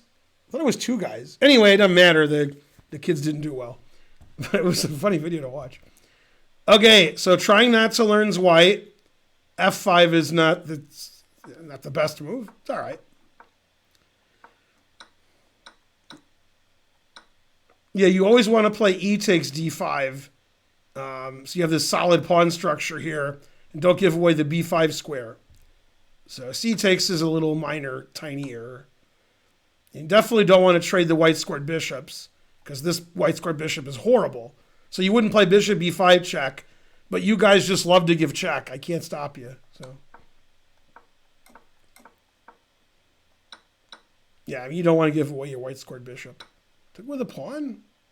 All right, I'd probably take with a queen. Queen c2? That's pretty meek. All right. Normally you want to like get your knight settled on c5 there, but all right. Knight g4? What's knight g4 got to do with anything? All right. That was one of Tina Turner's biggest hits. What's knight g4 got to do? Initial DJP subscribed. Hooray! Yeah. Mike Postle beats Ben easy. Mike Postle was giving lessons to Tigran about how to look on his lap for right.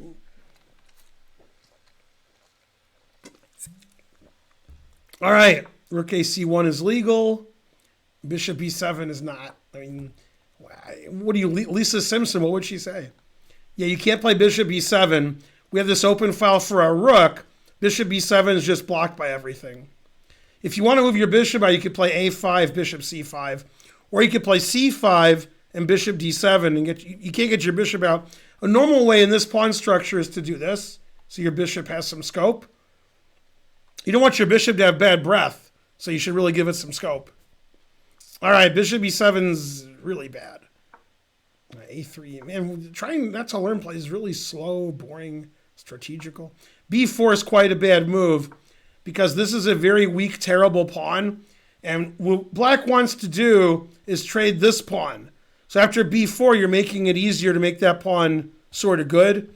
So you should just take this knight, the only good piece of your opponent, play knight e5, and you have the classic good knight against bad bishop. Okay? And it's funny because what happened was there was this famous knight, and he was the best fighter in all the land. Then there was this bishop. I don't want to tell you what he did. He was a bad bishop, if you know what I mean. And it's the classic tale of the good knight versus the bad bishop. Okay. Let's see. That's correct. Good story. That's right. All right, so b4, very suspicious. Now, instead of trading off his weak isolated pawn, or attempting to, black played for mate. He knew who he was playing. Okay, then white played great. Rook c5, super defensive. So like Rick James. I'm Rick James. I'm super defensive. g5, god damn. Okay, now white broke a very important rule. Never play f3. But yeah, I mean, this bishop is not shallow and pedantic. Yeah. Yeah, queen g6 is good. So in this position, white's actually threatening queen here and here, so black has to move his queen over here and defend. After king g7 here, this is even stronger. That's why you don't move all the pawns in front of your king. There's space in front of your king. The engine actually takes this knight to prevent the queen from coming in, giving the queen away. Okay, and we have forced mates, and he played it. And he resigned. So that was a very poor game by black. 1600, huh? Because his bishop was quite bad, and he should feel bad. He played the stone wall, making his bishop bad, and then he made it worse, and then he just, he tried to attack with his bishop on b7 being no good. In the future, if the player with black is watching this, what you'd like to do with that bishop in the stone wall is to get it to h5, or play really early c5, so your bishop, or play early a5 and bishop a6. The way you played, that you didn't have a bishop. Yeah, this is why people don't play the stone wall, because of these kinds of games. They play the stone wall because they want to mate their opponent and get some attack with f5 and g5. But when a lot of pieces get traded and the bishop's on b7 the whole game, then you're bad and you should feel bad. Yeah. That's right. Also, what? 2,100 viewers. What happened?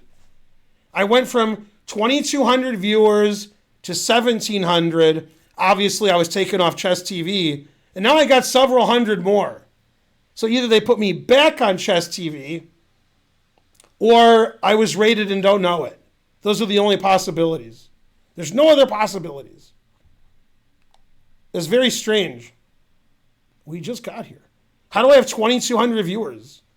I went from 2,200 to like 1,700. I mean, I lost 500 viewers. Back on Chess TV. What? You were rated by Paul Revere. Had a little horsey named Paul Revere. Me and my horsey in a quart of beer.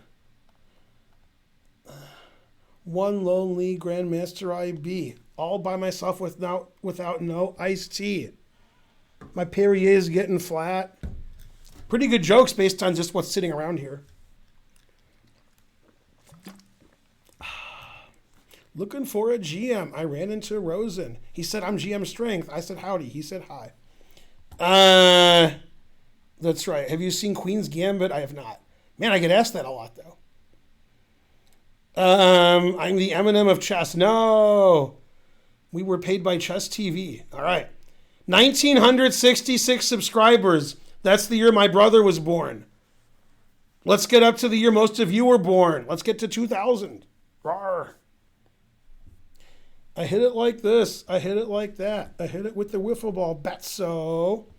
Now what do? I was white. Papa John's.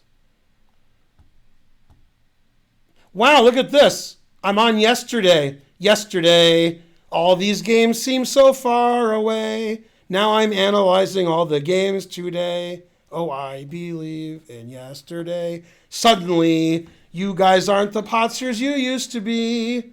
I think you should have played E3. Oh, yesterday came suddenly. Why Black had to resign, I don't know. He wouldn't say. I checkmated him, now I long. All right. Yeah, we're on yesterday's games. That's crazy. Usually we're 5 or 6 days behind. I've never been so happy or whatever. Weirdest King's Indian ever. Didn't I look at this game? I'm sure I looked at this game already. You said it was the weirdest King's Indian ever. It was just black playing well and white playing terribly. Yeah, I looked at that game. Yeah. I can't even get rid of the game. Why not? Oh, there it is. Because I'm an idiot. All right, we're still getting down to the nitty and or gritty. We'll skip that. This game I think we looked at because the guy told me to look at it. Although I don't see us looking. This was a game I played a while back as part of a tournament. I was white. I'm in the high 1800s. I went to the low 1800s. My opponent says I'm the greatest. Or my engine said that. Somebody did something. It's so much noise, it must be an Adam Wallace. That's how much noise it is. So, Plektrumura. Is it like Nakamura? It's October 24th, yesterday. Let's see. Plek to true. Mura. 1875-ish. And then 1825-ish. It's a daily game. Or no, it's not a daily game. Oh, it is a daily game. Okay. Suddenly, you're not half the Potser you used to be. Let's see. What was all that noise? Yellow Rubber Ducky, you're the one. 10 subs. Yay. Am I the MCA of chess because MCA died? Is that why? Is he the one that died? I don't know. It's funny. Let me tell you about my politics. Okay, I don't like white supremacists. I don't like racists. So, I don't like Republicans. And lately, over the last 6 months, I found out, two of terrible political, ideologies are by Smash Mouth and who's that Irish singer? Van Morrison. And so like I like when they come on the radio, I turn them off now just because they're horrible people. I didn't realize that I cared about what those people think, but I mean if they're garbage people, they're garbage people. What are you gonna do? I never heard of the Proud Boys. I never heard of anybody. I heard they don't like pedophiles. I don't know who they are.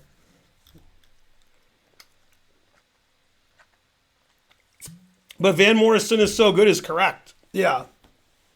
But he's like COVID is fake and the government's fake and everybody's fake. I don't know. Just watch the Japanese episodes, hundreds of kids. That was funny. Yeah. Yeah, they had a lot of goalkeepers. Yeah, Smash Mouth is the same. They're like COVID is fake and go Republicans and white supremacy is great. Yeah, I don't know. I didn't, I thought those kind of musicians didn't, yeah. Something. That's right, exactly. Yeah, I don't know. Maybe they're all the greatest people ever and I'm wrong about it, but, their music isn't that good, right? Or I even care. Yeah. Van Morrison is alive. That is correct. Yeah. You guys are like, wow, I learned Van Morrison's alive on Ben's stream. I learned that Jonathan Penrose is alive on my stream. I was like, Jonathan Penrose died before I was born. And then it turned out he was alive. So I was wrong about that. COVID. Exactly. Yeah, I mean, Smash Mouth is like a C+, but Van Morrison, yeah, I've never been so mad. Okay, so let's look at this guy who won, and he's great, I guess. Let's try to get some number. Let's try to do something. What do I have? I have 1,976 subs. We should get to 2,000. Come on. Yeah. What did Wagner write? The Valkyrie? I'm not up on my Wagner. Yeah. Yeah, Wagner was a suspicious character. There's no doubt about it. Yeah. Also, who was more Nazi-ish? Was it Hegel or Heidegger? Or was it both? Or was it neither? It definitely wasn't neither. I don't want to hear neither, because that ain't right. I want the right answer. Van Morrison gets a pass. Heidegger's worse. Fries both. Heidegger. Heidegger's winning in the Nazi, in the Nazi realm of who's the Naziest. Heidegger wins. Yeah. Oh, Hegel was great. Heidegger, Nazi. All right. Still suspicious. That's right. The ring cycle. That's right. Yeah, my dad saw that in when he was in New York visiting me once.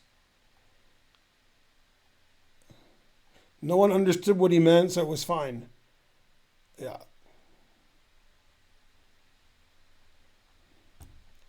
Heidegger was just naive. Man, I don't know about that. Okay, so this game, a little French, a little song, a little dance, a little seltzer down your pants. Still theory. Still theory. Okay, Queen, this is still theory. Yeah. I'm out of my theory now. I don't know what's theory anymore. This looks like theory to me, but I don't know it. This looks like everybody who ever lived versus Conrad Holt. Knight c3 was terrible as white with the French setup. Knight c3 is the most common move. So, no.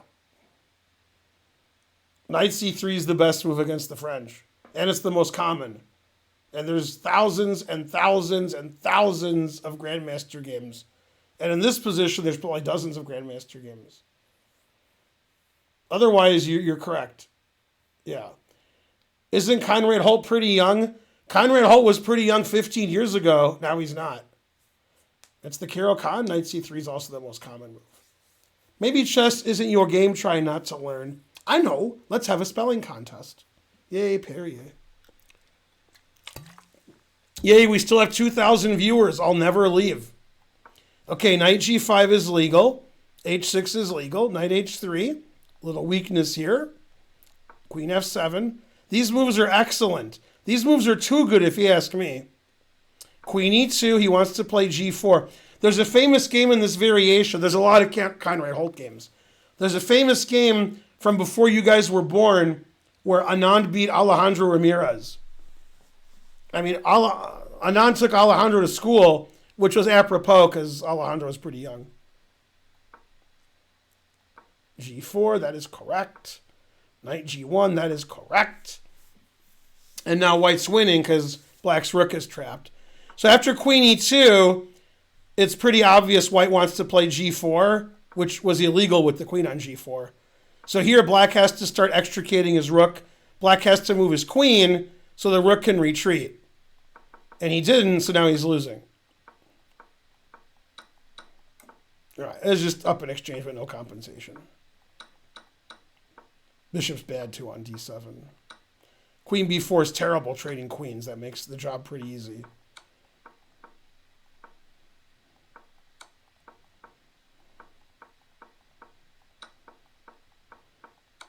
I mean, white played this game great.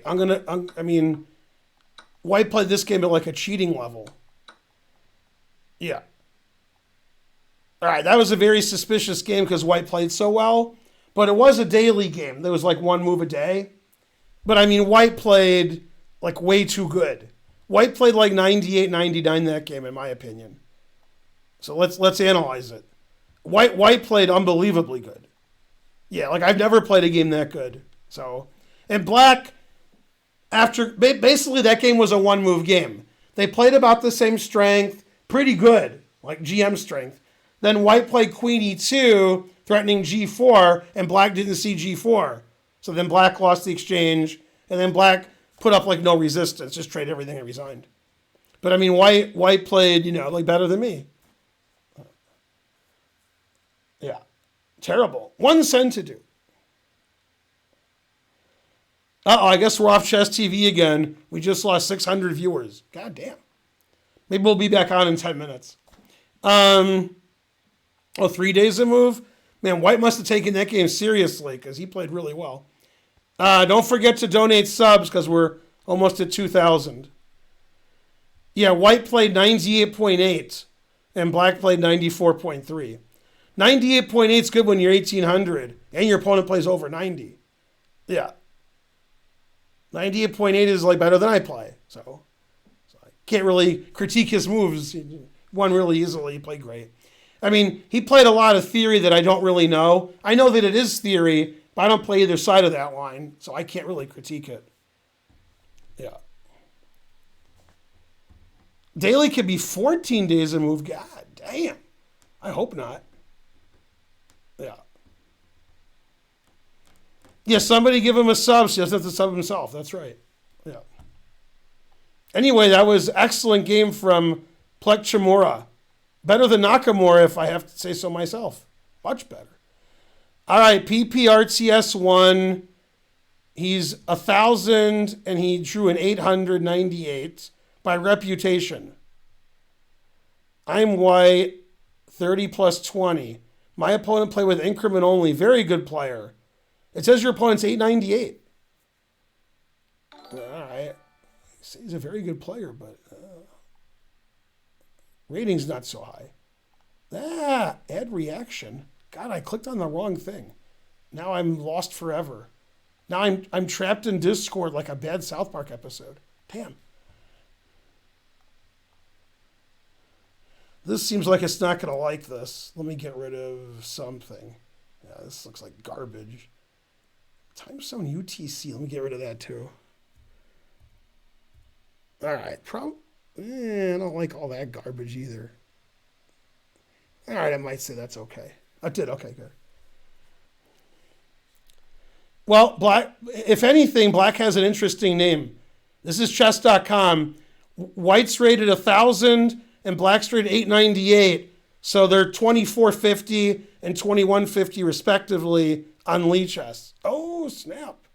Gotcha, bitches. Okay, and white is our hero. Yellow Rubber Ducky gifted a sub. He's the one. Yeah. How good could I play for the 14 days to move? I don't know. I'd probably fall asleep. Yeah, exactly. The PGN was iffy. So, Mark, we're planning on leaving tomorrow about 9 p.m., 10 p.m., and then Iram said to pick her up. So the plan now is I'm going to pick Iram up approximately 9 a.m. Thursday and try to visit Mom, and they probably won't let us visit, and I'll try to slip them $10 and see if that works. And then, somebody's going to visit. I don't know who, but... And then I guess we should have lunch near your work Thursday, I guess. I guess. We're gonna be there anyway. Yeah. 12 to 1's probably good. Probably be done visiting around then. Anyway, that's the plan. That's on Thursday. Many times 14 days. That's right. Okay, so the guy with white sent this in. Okay, now knight f6 is a mistake. White can take this pawn, and white's already better because black has to give up the center. This opening has a bad reputation. Okay, now we just a3. A3 is a bit passive. c5 is not the best move. a6 isn't very good. e5 is good. h3 is not very good. Giving up as a two bishops, what else? Don't give up as a bishops. a5 is good. b6 I like. So in this position, this pawn's attacked, and both players have played suboptimal chess so far. Like black played a6, a5. Black played very passively. White gave up the two bishops for no reason. White should play c6 here. But instead, white just gave up his c-pawn. Why did that? So now white's up. White's down a pawn. All right. And he gave up the two bishops. And he got his pawn back. No, he didn't get his pawn back. He played for tricks. Although this isn't really good either. It's still good for black. Right now, in this position, black has two winning moves, and every other move loses. Black played the very obvious queen e7, defending both loose pieces. But he also could have played the tricky bishop a6. And then after takes, this is very good for black because black is up a pawn and black's threatening this. Now this is too tricky for me. After queen takes d5, I would assume this is equal, but the engine says after... Oh, the rook is hanging. I didn't see the rook was hanging. The engine was giving some other line. Oh, okay, that obviously is good for black because black has double attack here. All right, so bishop a6 is the engine move, but he played queen e7, which is also winning. So white's bishop takes f6 was quite bad. So now black has two bishops and an extra pawn. He took his pawn back, and now bishop a6 and bishop e6 are both good. And now the a pawn's hanging. And black has two passed pawns and two bishops against two knights. So basically completely winning. Let's see how it turned around. Turn around. Every now and then I have the two bishops. What else? Turn around. That's good, that's good, that's good, that's good. That's good. Every move good. Yeah, all these moves are good. And black's winning. Rook c2 is not good because it walks into that, but it's okay. It's not the end of the world. This pawn's quite weak, so probably black should keep the rook on the c line. Because now he's got to defend his pawns. Now, the only way for black to win, he actually played. Push his pawn, ignore this, Papa John's. And he did do that. And white's like, no, I don't want you to do that. Don't do that. And c5 is correct. Yeah. Rook b4 is correct. And black's winning with the two passed pawns. All right, easy win. No problem. No problem. All right, and white should resign here. Although white probably won, but white should resign. If two super GMs were playing, then he would resign and then some. Rook b3 is excellent, stopping rook b8 check. And they repeated and drew. And I'm not kidding.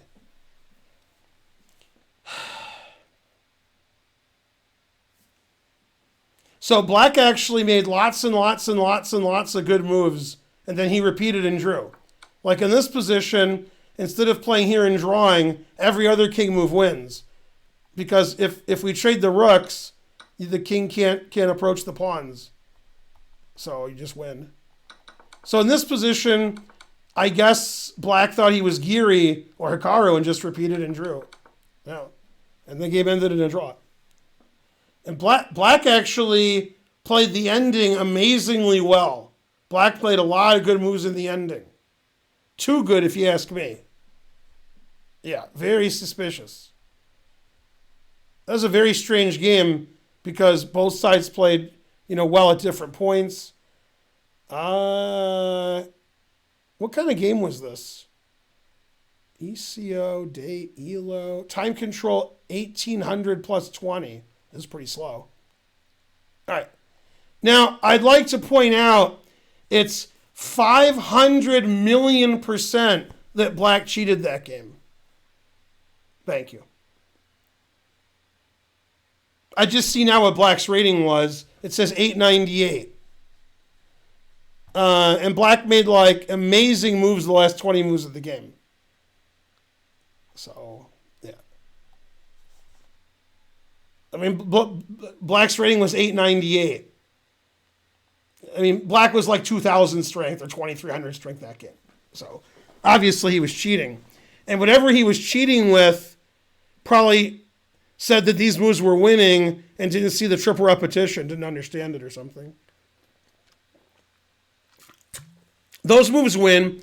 For example, the stockfish at depth 32 that's analyzing the game says black is winning. It should say all zeros because they repeated, but it doesn't. So, yeah. Yeah, he definitely was cheating. If I send that game into my people, I would get his account banned.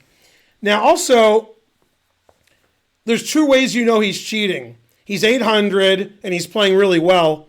The other way, he played really badly in the opening. Then he played well. Cheated later. The other reason he's cheating is when you suspect somebody's cheating and you're like, and you look at their handle and their handle's nonsense, they're cheating. That means they get caught and they just get another account. Yeah. Yeah. Anyway, I'm not saying he may have been cheating and we're discussing it in the chat. He was cheating. I'm not saying maybe he was cheating. He was cheating. The last 20 moves of that game, he played between 2,100 and 2,600. Maybe better. And he's 800. Right? He played a million good moves in a row.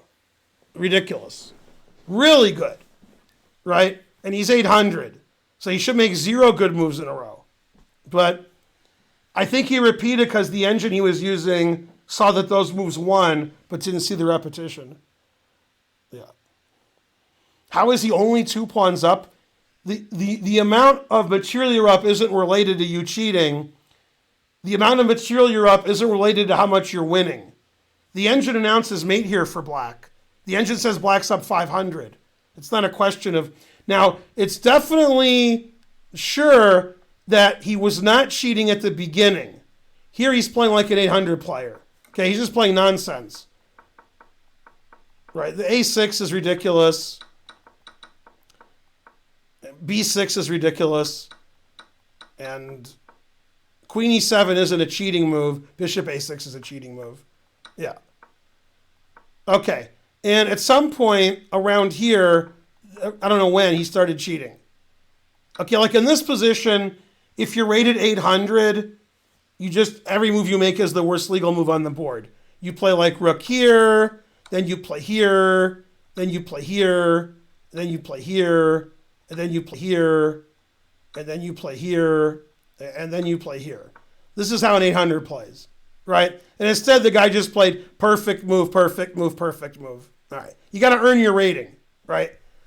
So the first 20 moves, the guy cheated very little or didn't cheat at all. Then he just cheated the rest of the game. Ridiculous. But you see what his handle is. That's a handle where when you're caught cheating and get kicked out, you get another handle. He's not like, hi, my name is Richard. I live in Omaha, Nebraska. That's not his handle. His handle is just nonsense letters, and he's using an engine.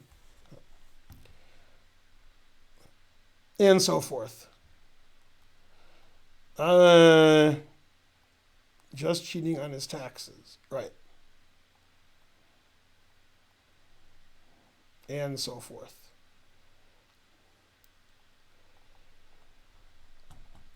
Yeah. Yeah, if you had an account on chess.com, and you do, most of you do, and you want to keep your account for years, and you want to have friends and talk to people and play in tournaments, that's not your handle. That's your handle when you're like, I'm going to be banned my children's children, but I'll get a few games in before they ban me. Yeah. Let's investigate, because this looks fun. See if the guy still has an account.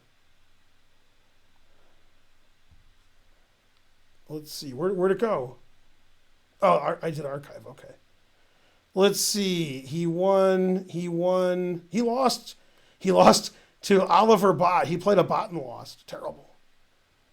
Why is he losing to bots? He plays bots and loses, and then he plays humans and wins. It's very weird. Look at his archive. That's a weird archive. What?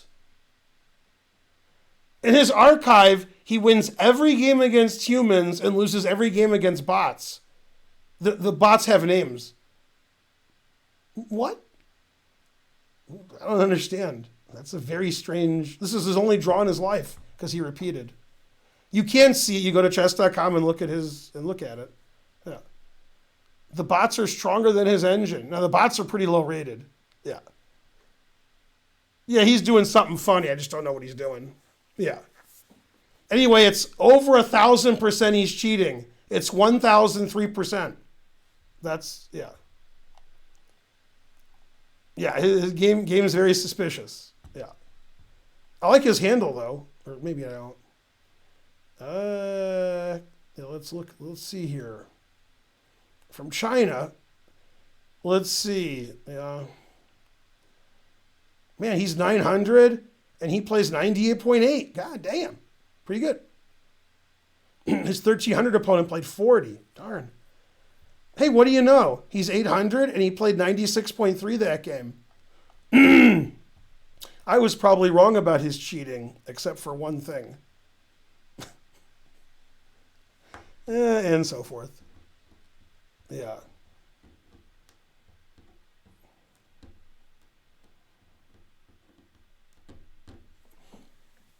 No, cheaters don't have 99.5% accuracy. And those accuracies aren't related to whether somebody's cheating or not. But he was cheating, because I said so. That's how you know somebody's cheating, because I say so. 7 ads in 30 minutes. Yay! If you don't like ads, we'll get you a, what do you call it? A sub. Then you won't have ads. Somebody give Elhanas88 a sub. Then he'll see 0 ads in 30 minutes. Then he'll be really upset because he'll miss the ads. Darn.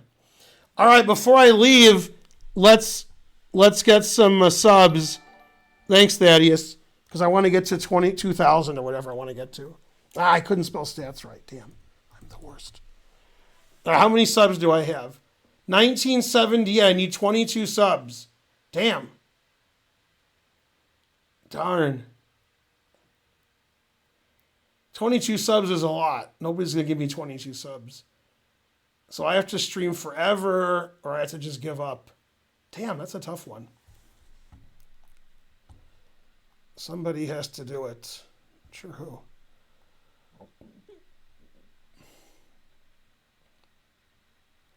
Man, every day the streams are worse and worse financially. Every day. Also, every day I write the book. Maybe I should not stream for a day. Actually, I'm not streaming for a couple of days. Forever. Yeah. Trying is the first step to failure. That is true. I tried to get more subs, but I couldn't do it. Anyway, black is a cheater, and you drew because their engine didn't understand, Also, the time control was 30 minutes with a 20-second increment. God damn. That's the most cheating time control there is. And they're children's children. Yeah. I don't want to look at any more games. I'm tired. The Suspenser gifted a sub to somebody. Thank you. Yay! It's a hype train. Bradford gifted 7 subs. Go Bradford. My mom said it's cold in Detroit and she's just in the hospital. But somehow she knows it's cold outside. So that's pretty good. When I visited my mom last time, when I arrived, I thought there was a very good chance she might not make it because it didn't look good. And then as soon as I left, then things were fine. When I left, they weren't fine. But then when I left, then she started getting better. She's like, okay, Ben's not here. So I'm sort of afraid to visit her. But if I can bring Spencer and Iram, me, Spencer, and him haven't been together for probably like 7 years, is my guess. So my kids don't get together very often. So, I mean, she hasn't seen my kids in forever. So that's good. That'll make her better. AdSub is gifting 8 subs. Yay, I stuck around. I didn't do any more work, but I stuck around. Yay, you guys are the best. Oh, yeah, if I turn religious, then I'll... Yeah, it's nice here. It's like 70 degrees every day in Atlanta. But in Detroit, it's not. But I've lived in Brussels, Brooklyn, Columbus, Ohio, Detroit, Ann Arbor, St. Louis. I know what cold is. I understand cold weather. Also, I went to 2 chess tournaments that were very cold. God damn.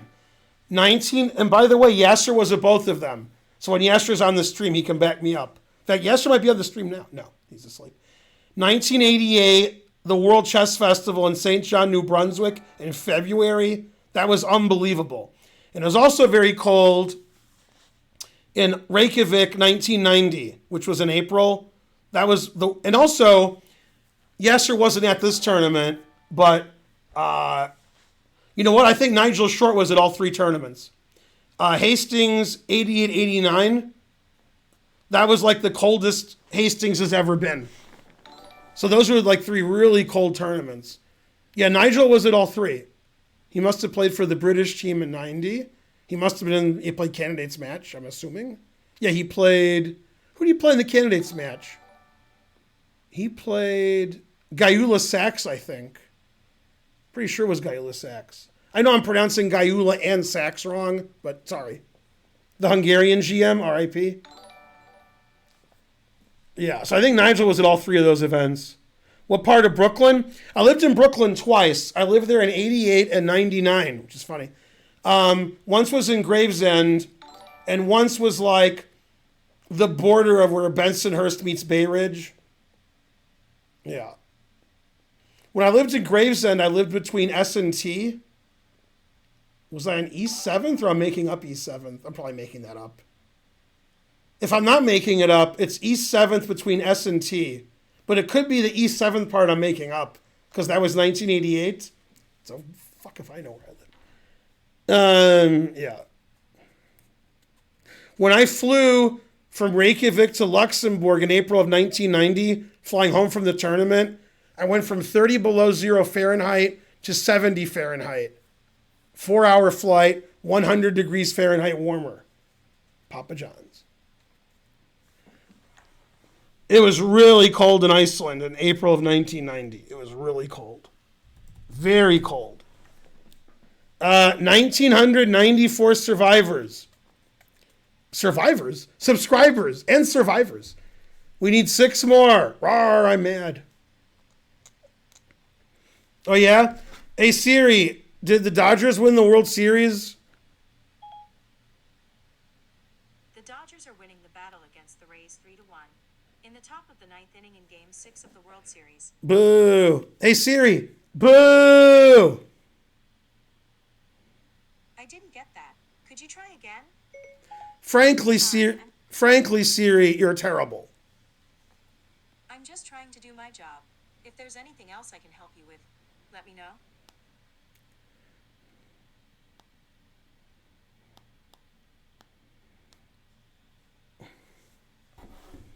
Allez, merci. Okay, we need 6 subs. Also, the hype train's dying.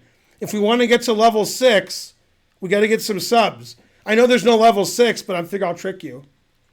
Luxembourg has airport. It has airport. Yep. That is correct.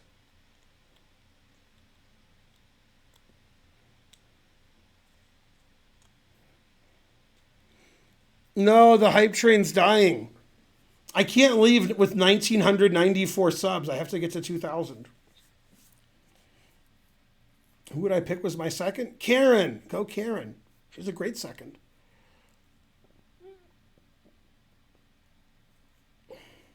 Where's Luxembourg? Is that in New York? Yes.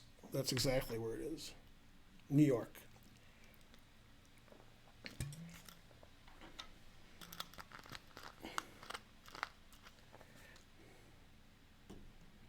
The Wikipedia page says no. NGM Thomas subscribed. Nola Runner's gifting a sub. What's the most famous sandwich in Luxembourg? This has to be a great joke. 0 bits on that train. No. 17 subs, 0 bits.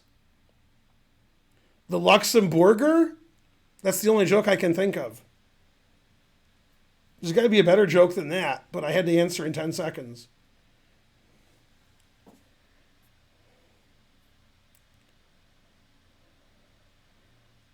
I'm bad and I should feel bad. All right, for those of you who were complaining earlier on where were you complaining? Discord.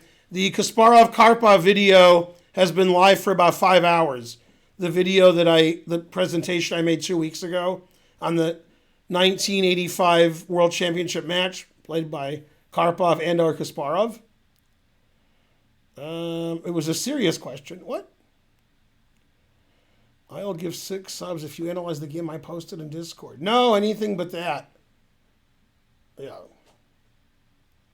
Can I set my game? You can do whatever you want. What's the best sandwich in the world? I don't know. Guess Papa John's.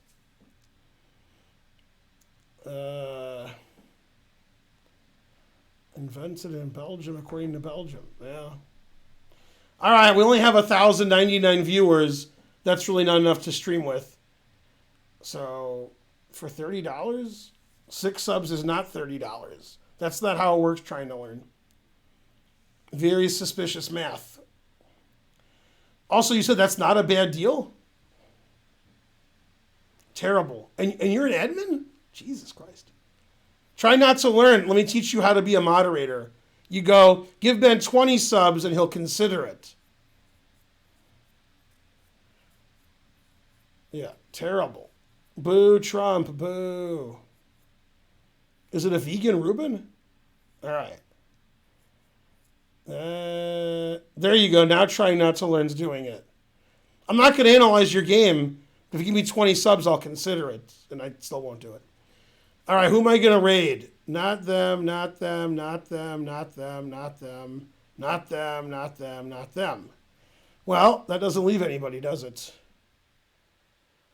Yeah, I guess I could raid them. They've raided me before. All right. I raid you. You raid me. Except you don't raid me. Also, all of you are banned. By the way. I'm not even sure if they're still streaming, but I don't really care.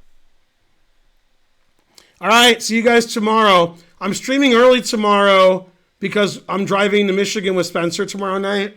So probably 6 to 9 Eastern, probably, instead of 8 to 11. All right, see you guys. Bye.